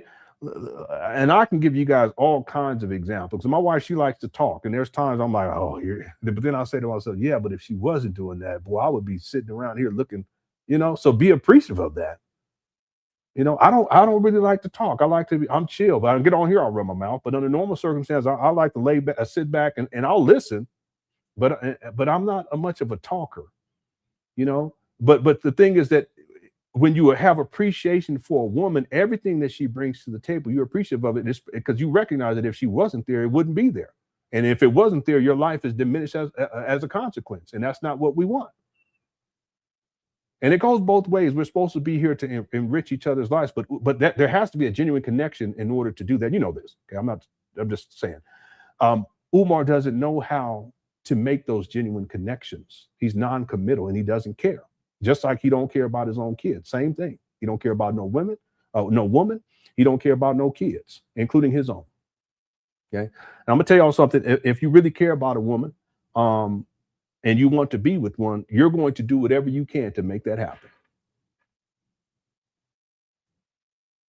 And I've been on both sides. I've been single and I was lonely and all that stuff. But then thankfully by the age of 25, I meet my wife and here we are 25 years later.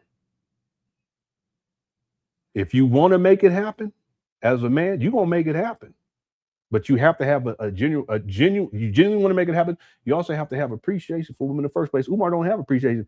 And part of the problem is that there's too many women that give up the cooch that he feels entitled. And he done ran through so many, he don't, anyway. Thanks, information, man. And salute, sir. James says, Sister Hanera calls in on Umar's live in agreement with his child support BS. Was that her? I didn't know that was her. I wouldn't be surprised because she catch, I'm gonna tell you something, James. Listen. So you guys remember, I told you guys that there was a video, and I don't have it, but I remember seeing it years ago. And it was in Los Angeles. Umar was in Los Angeles, and there was this woman who was running her mouth, and she said something, and you could tell Umar was uncomfortable. She says, yeah, he's so great, blah, blah. She was stroking his ego. Then she says, he's giving me thousands of dollars. You guys remember I was talking about that? Well, because we were talking about Sister Hanera last week, it's been on my mind, that one video, and because she's from San Diego, and someone had said that her and what's her name, Tiff DeGriff would meet. I think you told me this, that they would go to wherever Umar was speaking when he would come onto the West Coast, as long as it's within range, San Diego, Los Angeles. You know what, James? I think that person who said that was Sister Hanera. Talking about he's giving me thousands of dollars. I think, because in my mind, I think that was her. I just don't have the video. So, and this is an older video. What that means is that they have a connection that goes back quite a ways. And who knows if that was her, because I can't say that with 100% certainty, but if that was her, who knows how much money he sent this guy over the last, he sent this woman over the last 6, 7, 8, 9 years. Okay. But again, don't quote me on that because I don't have the video, but that's what came to mind. I think that was her. I think it was. Okay.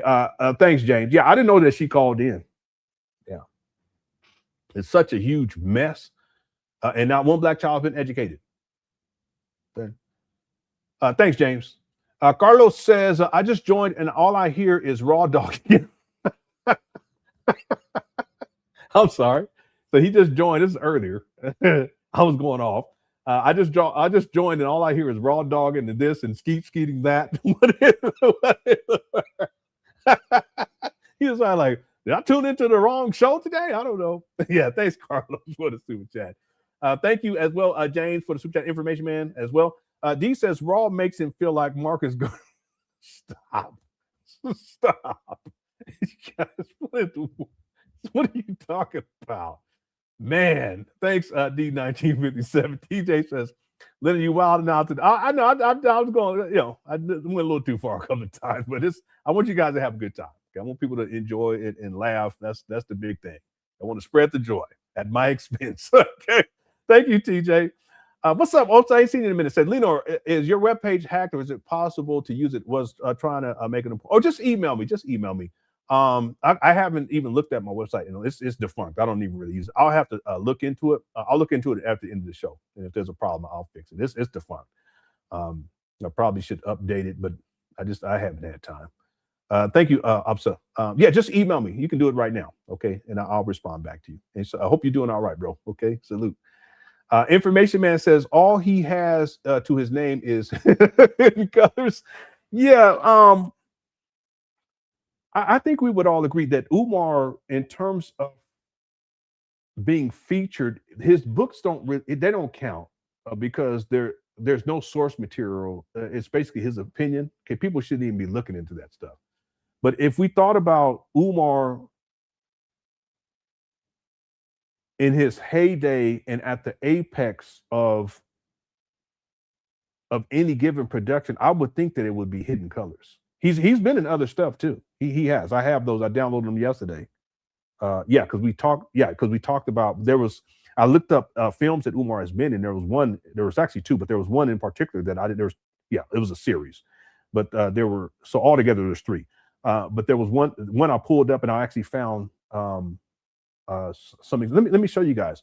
But it wasn't well known. I would think, and I don't know you guys if you agree or not. I would think that Hidden Colors was where Umar really came into. He ascended, and in terms of production, that would be the apex for him. Let me see. This other film was, I want to say 2013. Yeah. Well, I remember that. So it was called Elementary Genocide from Primary to Penitentiary. And this is the film right here. This is not the whole film. This is just like the trailer. But this isn't on the level of a Hidden Colors, not at all. Yeah, Roland Martin was in it too. Isn't that ironic? It's a national trend that needs to be addressed. And even well, listen, you need to stop dealing with the Oompa Loompa. Let me stop. Here go Umar right here. Yeah, this is from 2013. I just found this yesterday. States in America look at the reading level of black boys at the conclusion of elementary school, which is normally 4th or 5th grade, to predict how many new prison cells they'll. Yeah, this is just 13 years ago. Can you guys, man?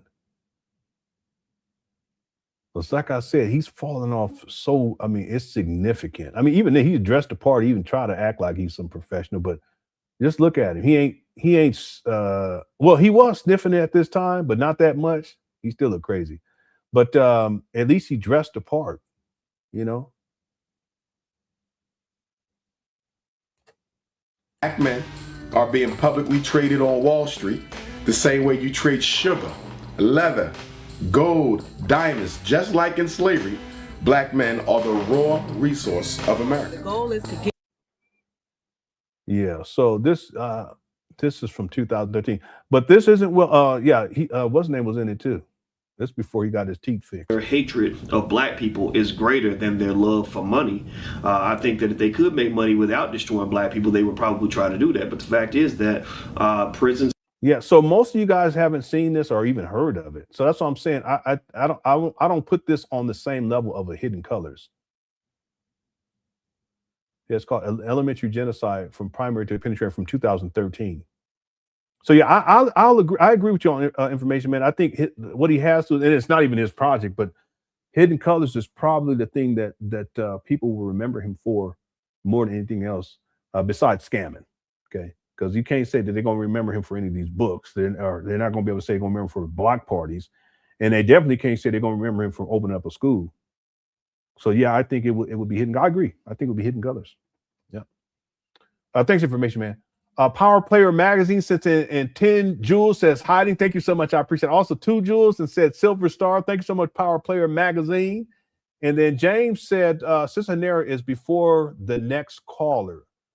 Before the next caller. Okay, let's go there real quick. If family, she didn't want no more time. I'm having your child. I need to be your wife. Those are her exact words. That didn't happen. So child. Yeah, I think I should change this too, because yeah, the lighting has changed. I'll fix that while I'm playing this. So let me skip through. I'll find the next caller. Oh, you're saying is before or the next call? Okay, let me know, James. Which one is it? We had an agreement that I would get half of black men because it's in the chooser. If we could construct it, we also need to have some sick. Start a family out of love on Facebook. Somebody race. So excuse me, separate together. And so I don't agree. Yeah, is this her right here? Let me know, because I can't tell her voice. I haven't listened to her enough to recognize her voice. But let me know if this is her. Otherwise, I'll go back. Support system, I think, is part of the family to take care of. Women, we can't use that as ammunition against the men. We have to kind of own up to our responsibility. Oh, this is her. Okay. Oh, and you see her. Yeah, she's placating Umar. It does sound like her now. Now that I think about it, yeah. How did you catch that, James? I'll tell you, James be on it. He be putting me to shame. I said, damn, how did you know that? Sometimes he be sending me stuff, and I was like, hey, where did he get this from? I said, what in the world? That is her. So she's trying to defend Umar for being a child support dodger, the deadbeat. Yeah. And we have to play our role with the man. You know, you can't. Girl, stop the foolishness. Bully your way with no man. You have to play your position. It's often, as you said, it's often not about Umar was like powerful. About money. It's about power. In my case, she didn't want the money to go from my hand to hers. That was the issue. She didn't want to have to compromise with. Yeah, I don't know. Is that the right word? I don't know. That's what I came up with just on the spot. I'm sure other people have used it too. That's what came into my mind. That Lenon don't like to talk. No, I'm talking about natural beauty. I'm talking about under normal circumstances. I'm a quiet person. Like I'm more. I like to sit back and just think about stuff. Probably think about stuff too much. I'm not much of a talker. You know, at my job, it's clear. People know that about me. You know, other people be talking and running their mouth. I'm like, I ain't got time for all that. That's not what I'm here for. It's a waste of my time. Okay. It's a waste of company's time. Under normal circumstances, I'm not much of a talker, and I've always been like that. My mama told me that recently. Because I was talking, yeah, such and such. You know, they don't really like talking about, yeah. But she's like, yeah, but you was like that too. And I said, you right. But when I get on here, we have such a good time. You guys don't realize, like, it's been such a it's been a blessing because the joy and the laughter and the even like the comedy stuff, it's like organic. Sometimes I'll be going too far. I get it, but that's filtered into the rest of my life, and that's why I appreciate Big Man, because he's the one that kind of set all that up years ago. Because he would be up in here goofing off, and then I would go along with it. And at a certain point, it was hilarious, you know. So we still have a good time, and it's enriched my life in that way because it filters into me being able to enjoy my life in the real world. But I still don't talk all that much. When I get on here, I run my mouth. We have a good time. Okay. With me, because obviously when you compromise, each party has 50% of the power. Yeah. She wanted all the power. So rather than me give her the money, which I plan to do with no problem, Crystal. She went down. She didn't even give me a chance to be late or anything. She went right down there and put me in child support. You see what I mean by this system turns us women into. Yeah, I am too. I'm an introvert. It's true.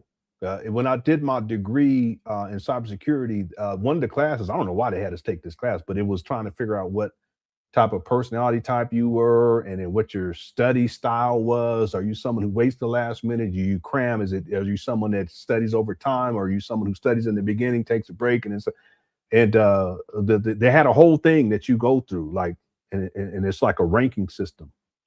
And actually, it wasn't a class. This was something that was in part of this one class, one of the first classes that it may have been the first class, and it came back that I'm an introvert. I'm an introverted person.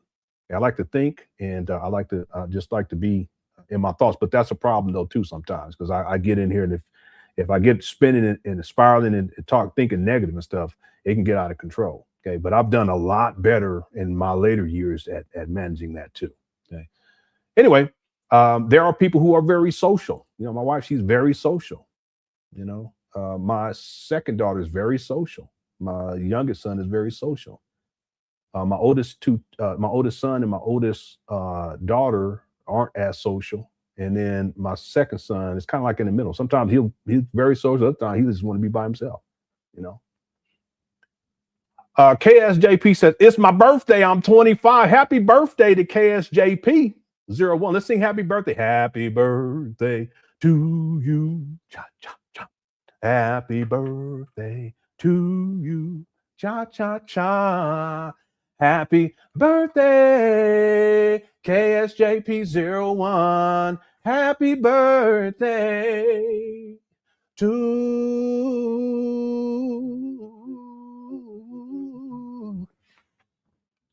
you. Happy birthday. All right. 25 years young. Yeah, that's the age I met my wife. Yeah, back then. No, I didn't have hair back then. I sure didn't. I have a picture of her. I say it's our first date, but my wife says that it's not our first date. She says our first date was we went to go to the movies. Yeah, and she's right. I think she's no. Because we went. Let me see if here's a picture right here. This is around 2001. Yeah, so we this was outside. This was in Oakland, California. There was I can't remember what the coffee shop was called, but there's a Tony. Remember that group? One of them owned that coffee shop. I met him too, and I used to go there and play the flute every once in a while. They had this thing on I can't remember what day it was of the week, Tuesday I think, or something like that. Tuesday, I don't remember. Maybe it was a Friday. But it was real cool. Like people would come and there would be people who would sing. There were people do poetry and you know all kinds of stuff, and I would play the flute. So I had invited her to come out. And we weren't even together at this point. So this is why I think this was our first date, but she says it wasn't.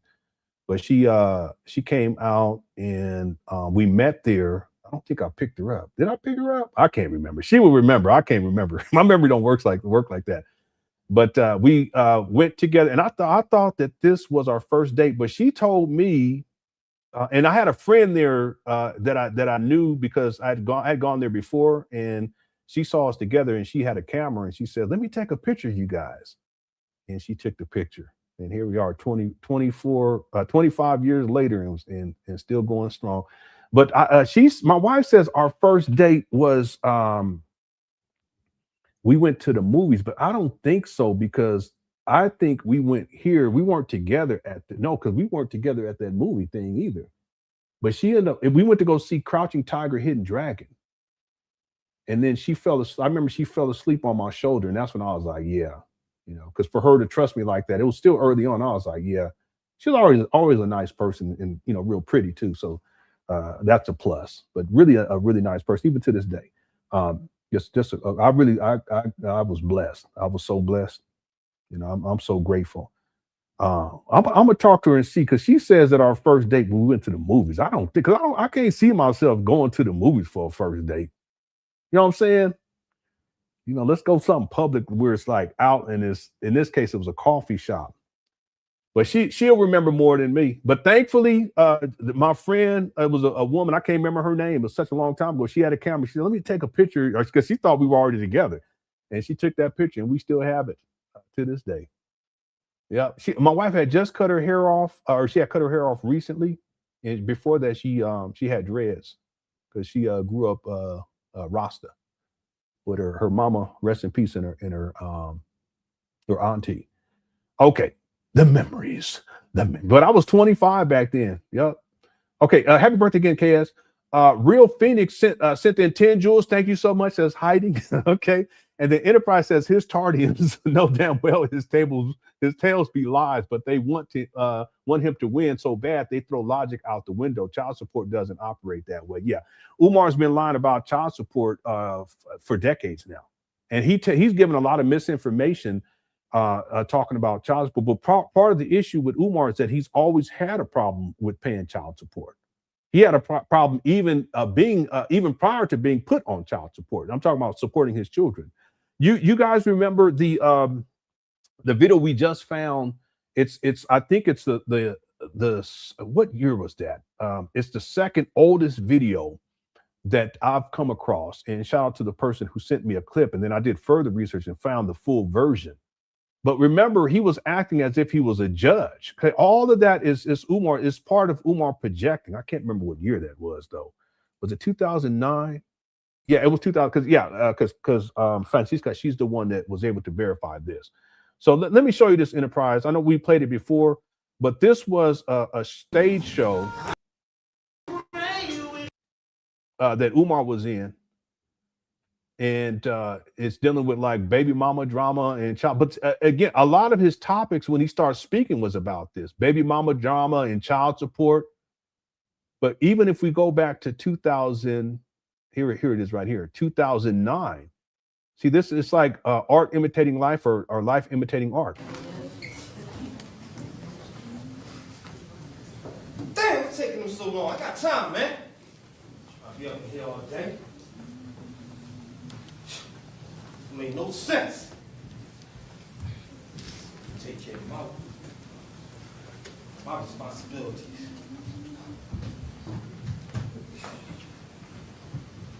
That's it. I mean,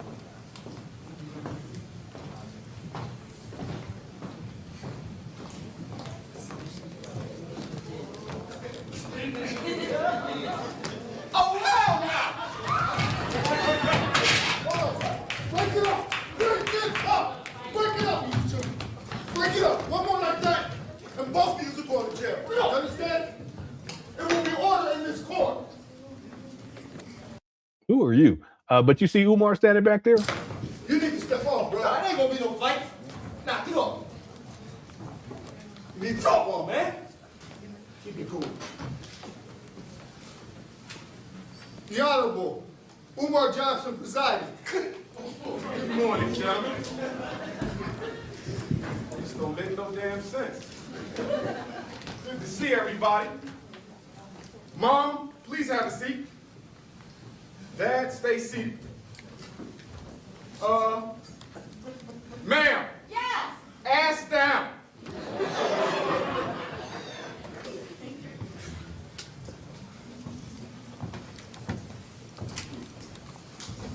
How y'all fellas doing today? Pretty good, Your Honor. All right, you been watching the news this week? Yes, I have. We've lost 8 children. 8 baby deaths already in the city of Philadelphia. That's 2 a month. Very sad. Don't make no sense. I'm so tired of coming in here every day. I got to deal with foolishness. Now, before I find out exactly why Dad wants to take full custody of his daughter away from Mom, I want to lay down a few ground rules, because I already see we don't know how to act. First of all, this is my room, not yours. And I am the law. Do we understand? Do we understand? Yes, Your Honor. Mom? Okay. Now, Dad, can you please tell me why you want full custody of your daughter? Cause she a whore! Excuse me! Anyway, the point that I want to make here in Brother Enterprise, is that Umar is well aware of child support in custody because he struggled with that over the last 24, it's going to be about 24 years now. That's a long time. It's a very long time. So because he struggled with it, and again, Umar's talking about paperwork and how he had to go to try to do this and that, and he knows all of that stuff. He's thrown out a lot of misinformation over the years dealing with child support. And the reason why is because he doesn't want to hold himself accountable for being a deadbeat and not paying child support on time. And also, real talk, he shouldn't even be on child support because he's made millions of dollars. He should have on GP, general principle, he should have been supporting his children. That's the one thing I don't get. And see, if you've ever struggled, if you're a man, if you've ever struggled financially to support your family, and then you turn things around, when you're able to do it more effectively, you're appreciative and you're thankful. Let me give you a quick example, then we're going to start winding down the show. So all of my sons, like, they work on music, and I bought instruments. When I was growing up, I had one instrument, my flute, and it was a hand-me-down for my auntie. I wanted to play alto saxophone, but we couldn't afford it. And I would ask my mom over and over again. She's like, no. I mean, she didn't say no. She said, I'll look into it. That's her normal response. We were poor. We were poor. She was raising 6 kids by herself and no support from my dad. And strange enough, my father, he was a musician. So I wanted to study. I wanted to, alto saxophone. Couldn't afford it, but my aunt had a flute, and that she used when she was younger. She's not much older than me and my older sister. She's not much older. She was the youngest from my grandmama, and she had babies relatively late, or at least the last one was relatively late. Last two. The point is that she had a flute. So she, I guess my mama had a conversation with her, and she had mentioned that she had a flute. So that's how I got started playing the flute. Didn't want to play the flute, but that's how it was. We had to do what we had to do. So I didn't actually get a decent flute until I got into college at the age of, I had the same flute from 5th grade? My mama says 4th grade, but I think it was 4th grade. 4th grade through high school, and then my senior year. And then when I got into college at the age of 17, I did a concert, and my teacher had made arrangements for me to use another student's flute that she had. It was an extra flute. She had gotten a new one, and he knew about it. So he had asked if I could use hers, and she was fine with it. So she let me use it for the recital. And after the recital, she gave it to me, very kind.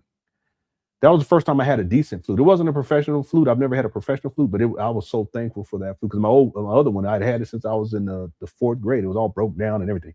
The point I want to make is that I never had instruments like I wanted. Like, there's all types of instruments that I wanted, and then there's all types of technology that I wanted too. Like I have a audio interface. I wanted to be able to record music, and I was always struggling trying to figure out a way to get money in order to have the proper equipment to record music and all that kind of stuff. Now I have it. I just don't have time to use it. Okay, at least I have it for some time. So my sons, I've always made an effort that whatever they were interested in musically, that I would support them. They had concerts, I would be there. My wife and I would be there. They got to get dropped off for this or a rehearsal, do that. They need instruments. I don't know how many instruments that I bought for these, and then I'll buy them and they don't even really use them. I was always using what I had. Okay, so they got into music, like production and stuff, and that was something that I always wish I had stuff back in the day to be able to produce music. I never had it. So I've always made sure that they have what they need musically. And so even for digital recording and all that stuff. So what happens is, it wasn't even last week. It was probably Saturday. Yeah, I think it was Saturday. My son and my wife had mentioned it, but I didn't really understand what she was talking about, because she was like in passing something about his headphones or whatever. But he had said he had come down and he told me, hey, Dad, my headphones, they're broken and blah, blah, blah. I said, okay, well, let's take care of it right now. So go on Amazon. I'm looking up studio monitoring headphones, and the one that pops up, there's a whole bunch that pop up, but one of the ones that was at the top were these Sonys, and these are the Sonys that I always wanted way back in the day for music mixing and all that kind of stuff, but I could never afford it. I said, okay, son, we get you these ones right here. And it was delivered the same day. It was delivered the following day. And he was so grateful and so thankful. So the point I want to make is that if you've ever struggled to support, when you're struggled to provide your children with those types of things, I remember we used to get them dollar store gifts for their birthdays. It was the best time though, because we was all so close, and it was the best times. These days it's a lot different, but when you get to a point where you can, and ideally you want to be able to do it from the beginning, right? But it doesn't happen for all of us. But when you're in a position where you can, you're thankful and you're grateful. And any time that my children ask me for something and I can do it on the spot, I do it. I'm not thinking about, okay, I need that money for myself. Umar, he thinks like that because he's greedy. See, and if he had handled business from the beginning and supported his children from the beginning, he would never been put on child support. In most cases, that's what would have happened. But even to this day, he don't even take care of his children, doesn't support his children, and they still got him running into child support. And James knows, because we were talking about this earlier this year. He got another entry on his docket this year. He may have another one. I ain't looked in a couple months. Anyway, thanks, Enterprise. And shout out to all you men, you fathers out there that's, you stuck with it and you do your best to make it happen. That's just life, So shout out to all y'all. Where's the McDonald's? I got it right here. Come on. Okay, we'll do that right at that. So And thank you, TJ. I gotta put up. And then Pierre says Umar looked like an ancient Slauson swap meet vendor. he really does on Slauson, huh? Yeah, there you go. Okay, that's too funny. Okay, thank you for all of the super chats. Also, thanks people who sent in gifts as well. I appreciate it. Let's wind this down. I hope you all enjoyed the show. Our goal was 400 likes. We're at 489. Let's see if we can get to 500 over the next 6 minutes because we're going to be up out here in about 10. Let me get this off of here. And then let me go back because I want to make sure we got through all of the videos. Okay, there's one more that's 1 minute and 10 seconds long. And then tomorrow we'll do Umar's lecture. I think that was out in Boston. We'll do that one tomorrow. Here we go. Yeah, I'm not hearing any audio here. Yeah, this is him in the UK. I remember seeing a brother in the back. Africanism. This is Dr. Umar Are you guys live hearing and anything? direct, London. I'm on my way, Windrush Square. Make sure you pull up 1st of Mosiah, August 1st, 2026. Reparations Day, Raleigh and March. Pull up, y'all. 9:30. Get there. There we B go. Square. We out there all day from 8 to 8, 8 to 8. Come on out. I want to see all my UK Africans, all my London Africans, my Birmingham, my Luton, my Wolverhampton, my Bristol, my Liverpool. I want to see everybody up out there. Brother. We on the building. King Kong consciousness, Black Queens forever, Snow Bunnies never. Get there. Umar's funny. Yeah, so this is him arriving out there. Well, somebody you them again, you know. Yeah, shout out to everybody in the UK. Yes, I am. Come on, Dr. Umar. Ifatunde is here. This guy kind of looks Asian to me. Live at Brixton Windrush Square. African Pioneer Square. Be there. Yeah, the audio is respect. Okay. Yeah, he looks Asian. He may not be, but he just, to me, he looks Asian. And that's, yeah, he does. And I could be wrong, but that's what he looked like to me. Okay. Tomorrow we'll get to Umar's, I think it's his most recent lecture. I've already exported it so that I cleaned up the audio so that we can hear everything clearly.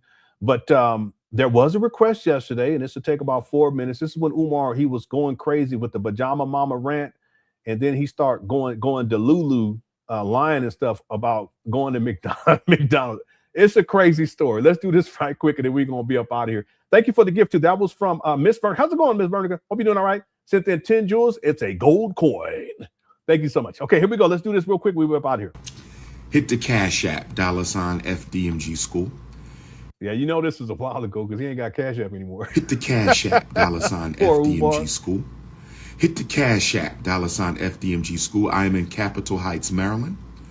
I got sleepy driving back to Philly last night from Nat Turner's 223rd birthday celebration. Yeah, he's spitting all over the place. Yeah, let me close it out now before I forget. Thank you for reminding me. So the poll question for today, we had over 1,000 votes. So thank you guys so much. 1,222 votes.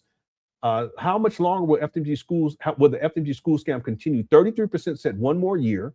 34% said 2 to 4 more years. 7% said 5 to 9 more years, and 26% said 10 years or more. Yeah, I think the most reasonable range is from 2 to 4 more years, but I have a sense that by February of next year, which is coming up here quickly, that things are going to change significantly with this FDMG school scam. We'll have to wait and see. You know, I've been wrong before. You guys know that. Okay, let me close out that poll. Thanks everyone who voted. Okay, and make sure you hit that like button. Our goal is 500. Okay, here go Umar telling his story about the McDonald's birthday celebration, solar return celebration. I got tired and I pulled off in Capitol Heights, Maryland. So I'm here in Capitol Heights, Maryland. Shout out to all my Maryland Africans. I might doozy on up to Baltimore. I might stop by my favorite black bookstore. I might stop by the Great Blacks and Wax Museum.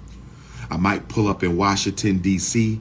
at the Sankofa bookstore. I might pull up at Howard University, get me a Howard hoodie. I might pull up at Coppin State, get me a Coppin State t-shirt. I might pull up at Bowie State. Yeah. He just woke. Someone say he just woke up. Yeah, but he's high. That's the problem. He's so high. State, get me a Bowie State headband. I might pull up at Morgan State. I might pull up at Delaware State. I might pull up at University of Maryland. See, he's just throwing anything out there. Okay, he's tweaking. Eastern Shore. I might pull up at Lincoln University. I might pull up at Cheney University. King Kong consciousness. Hit the Cash App, $ FDMG School. Hit the Cash App, $ FDMG School. Hit the Cash App, brothers and sisters. Hit the PayPal International Africans. Hit the PayPal International Africans. PayPal.me/FDMG Academy. PayPal.me/FDMG Academy. PayPal.me/FDMG Academy. Don't tempt me. I'll show up in the courtyard of Howard University at Coppin State, Morgan State, Bowie State, Dell. See, again, these would be where younger people are at, right? Think about it. He's predatory. He be going for these youngins. State UMES with a bullhorn. Don't make me pull a Marcus Garvey outdoor lecture in the middle of the college. I'm going to pull up to the Black Greek stomp yard. Shout out to the Black Greek fraternities and sororities. Shout out to the Black Greek fraternities and sororities. Don't make me pull up outside with the bullhorn and just go in on some Garvey type energy. Don't make me pull up with the bullhorn and go in on some Frederick Douglass type energy. Why aren't your celebrity friends funding your dreams? I'm going to let you meditate on that question. I think the question is very obvious if you know me and you know them. I'm going to let you meditate on that question because I think the answer is very obvious if you know me and you know them. Shout out to the live alkaline water. Get your live alkaline water. Get your live alkaline water, brothers and sisters. Get your live alkaline water. Get your live alkaline water, King Kong. He be sniffing, boy. Yeah, this is 2023. This is a top 5 video rant from Umar. See him sniffing?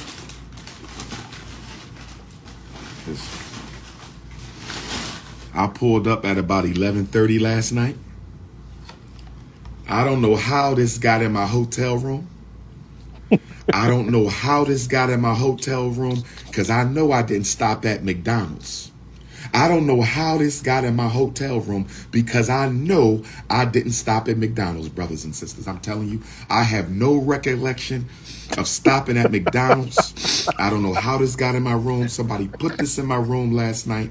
It wasn't me. Somebody put this, my vegetarian Africans, my vegetarian Africans. I did not stop at the McDonald's last night. I didn't. I don't know how this got in my room. Somebody trying to set me up. Here he go. Somebody said phantom fries. Boy, you guys is crazy. What's up, Jimmy Jamboree? You guys is crazy. Watch how Umar. Somebody said phantom fries. Watch what Umar says though. This is crazy. By the way, those fries are vegetarian, Umar. Okay, I don't think they're vegan, but they're vegetarian. So stop fronting. Okay, it's no big deal. I did not stop at McDonald's. They trying to set me up. I need you to understand, overstand, and understand me. I need you to understand. Yeah, Afrocentric woman, salute, ma'am. So why must he in polite lie about their diet? It's so true. It's so unnecessary. It really is. Okay, and I eat healthy. My doctor I even eat healthier these days. Okay, it's not that big of a deal. It's really not. But Umar and Polite, they be fronting. Okay, Polite was fronting, talking all this. We need to eat healthy, vegan, and all. Umar, we gonna raw food, and it's expensive too. What you talking about? For the kids, stop. Umar will eat pig feet while it's still on the pig. The pig be squealing and shit. Let me stop. Don't do that to my foot. Umar don't care. He'll gnaw that foot. He'll gnaw that foot, that poor pig. He'll gnaw that foot right off. He got the Pasco sauce and put on that poor pig foot. Anyway. but he tries to pretend, and it's really not that serious. Eat what you want to eat. You know, there's gonna be consequences, good or bad. It's just you're gonna have good consequences, you're gonna have some bad, whatever. Eat what you gonna eat. You ain't got a front. Okay, as we used to say, you ain't got a lot of kicking. Hit the one. That's what we used to say. Listen, Umar will eat. Listen, He'll eat. Let me stop. I was gonna say he'll eat a tail off a dog. Yeah, he don't give a. He put barbecue sauce on that dog tail. And chitterlings. That's how the rich black say it. The chitterlings. Okay, let me stop.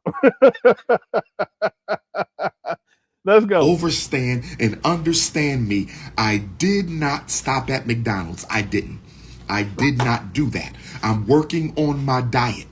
Maybe I was sleepwalking last night. I might have was sleepwalking last night. I might. See this? See, this is what I mean by he's delusional, and he's just making this up on the spot. Just own it. The other thing is, didn't nobody ask him to show this in the first place? But it's ridiculous. See, he shows it for some reason, and he fabricates a whole story about it.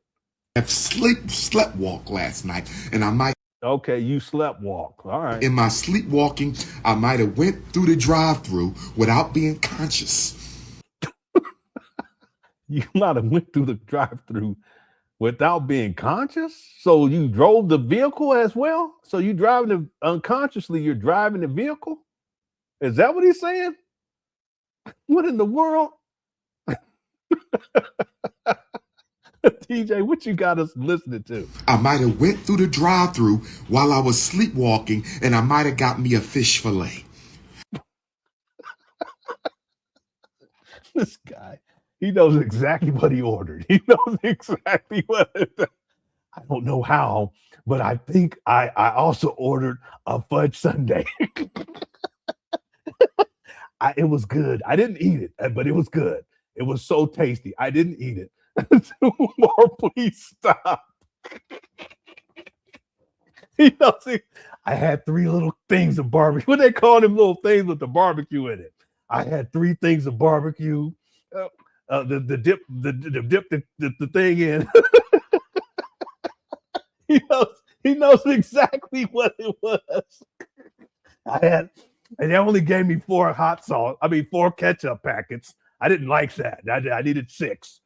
Okay. He knows exactly. Yeah. I had 8 chicken nuggets. He knows exactly the number of chicken nuggets. I had 8 chicken nuggets. Okay, one of them was undercooked, but I don't remember. I was sleepwalking. He said sleepwalking. All right, this guy is crazy. Umar, they had honey mustard zesty ranch. Why they call it zesty ranch? What in the world? It's like, I ain't eat that kind of stuff long. Now they got zesty ranch too. That's the Diddy menu. Okay, anyway, let's go. I might have got me a fish fillet meal. I got me 1 cookie and a shake. That's the 1 cookie part. That's the part that's funny. I got me 1 cookie and a shake. You guys are wild. Oh man, that is crazy. It's the 1 cookie part that got me. Okay, let's finish this up. Here we go. I can't remember. I can't remember. Don't charge it to my head. My heart charge it to my head. Sometimes I'll be sleepwalking through the hood. If you ever catch King Kong sleepwalking through the hood, I need you to just wake me up a little bit, shake me up, Dr. Umar. You sleepwalking. You sleepwalking right now. I think I might have accidentally was sleepwalking, and I walked through the McDonald's drive-through and got a fish fillet meal because it was 11:30 at night. I was. He knows the exact time. If you're unconscious, how do you know what time it is, Umar? He said it was exactly 11:30 with 42 seconds. Umar, stop. This guy, he's out there. Kind of hungry. I was tired, and I might have accidentally had a REM sleep, a deep. That was REM sleep. Accidental REM sleep. REM sleep, sleepwalk, and I might have accidentally picked up a fish fillet. Charge it to my head, not my heart, vegetarians. Charge it to my head, not my heart, vegetarian. Man, Umar, he's entertaining. Hit the one. We almost done. We got maybe 20, 25 more seconds. He's so entertaining. Charge it to my head, not my heart, my vegan Africans. No one cares, Umar. I'm vegan. I don't care. Why does it matter to you? Because you're always trying to be something that you're not. That's the reason. But don't nobody care.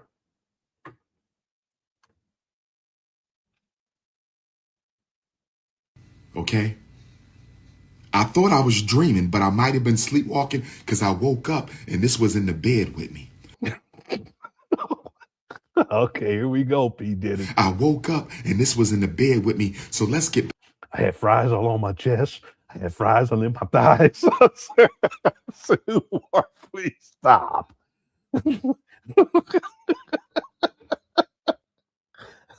Someone had poured Dijon mustard on my nipples.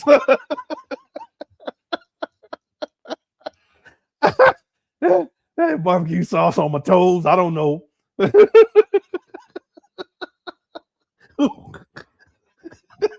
Umar, stop. Stop. Okay.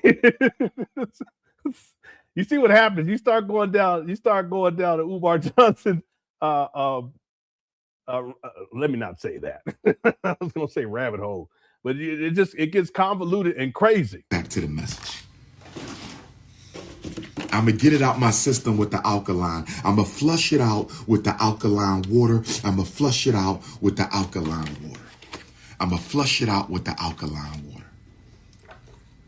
Yeah, it's just so ridiculous. I wonder what time it was when he did this video, because he said he went at 11:30.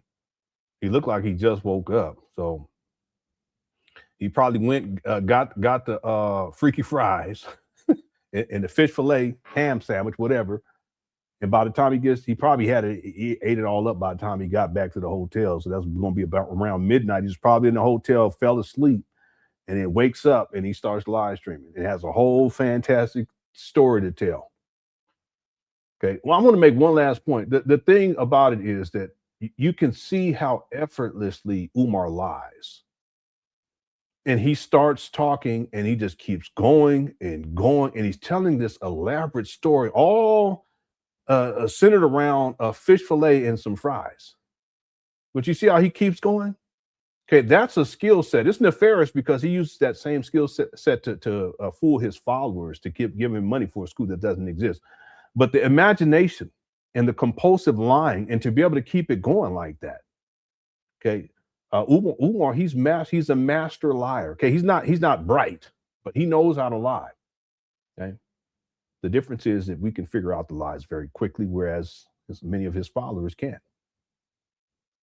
Okay. All right.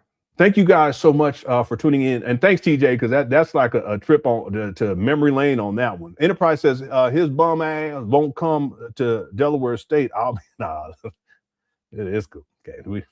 We don't want to, Yeah. Shout out to Enterprise, too. Enterprise has been showing videos from the exterior of these trap bandos, and clearly renovations are not complete.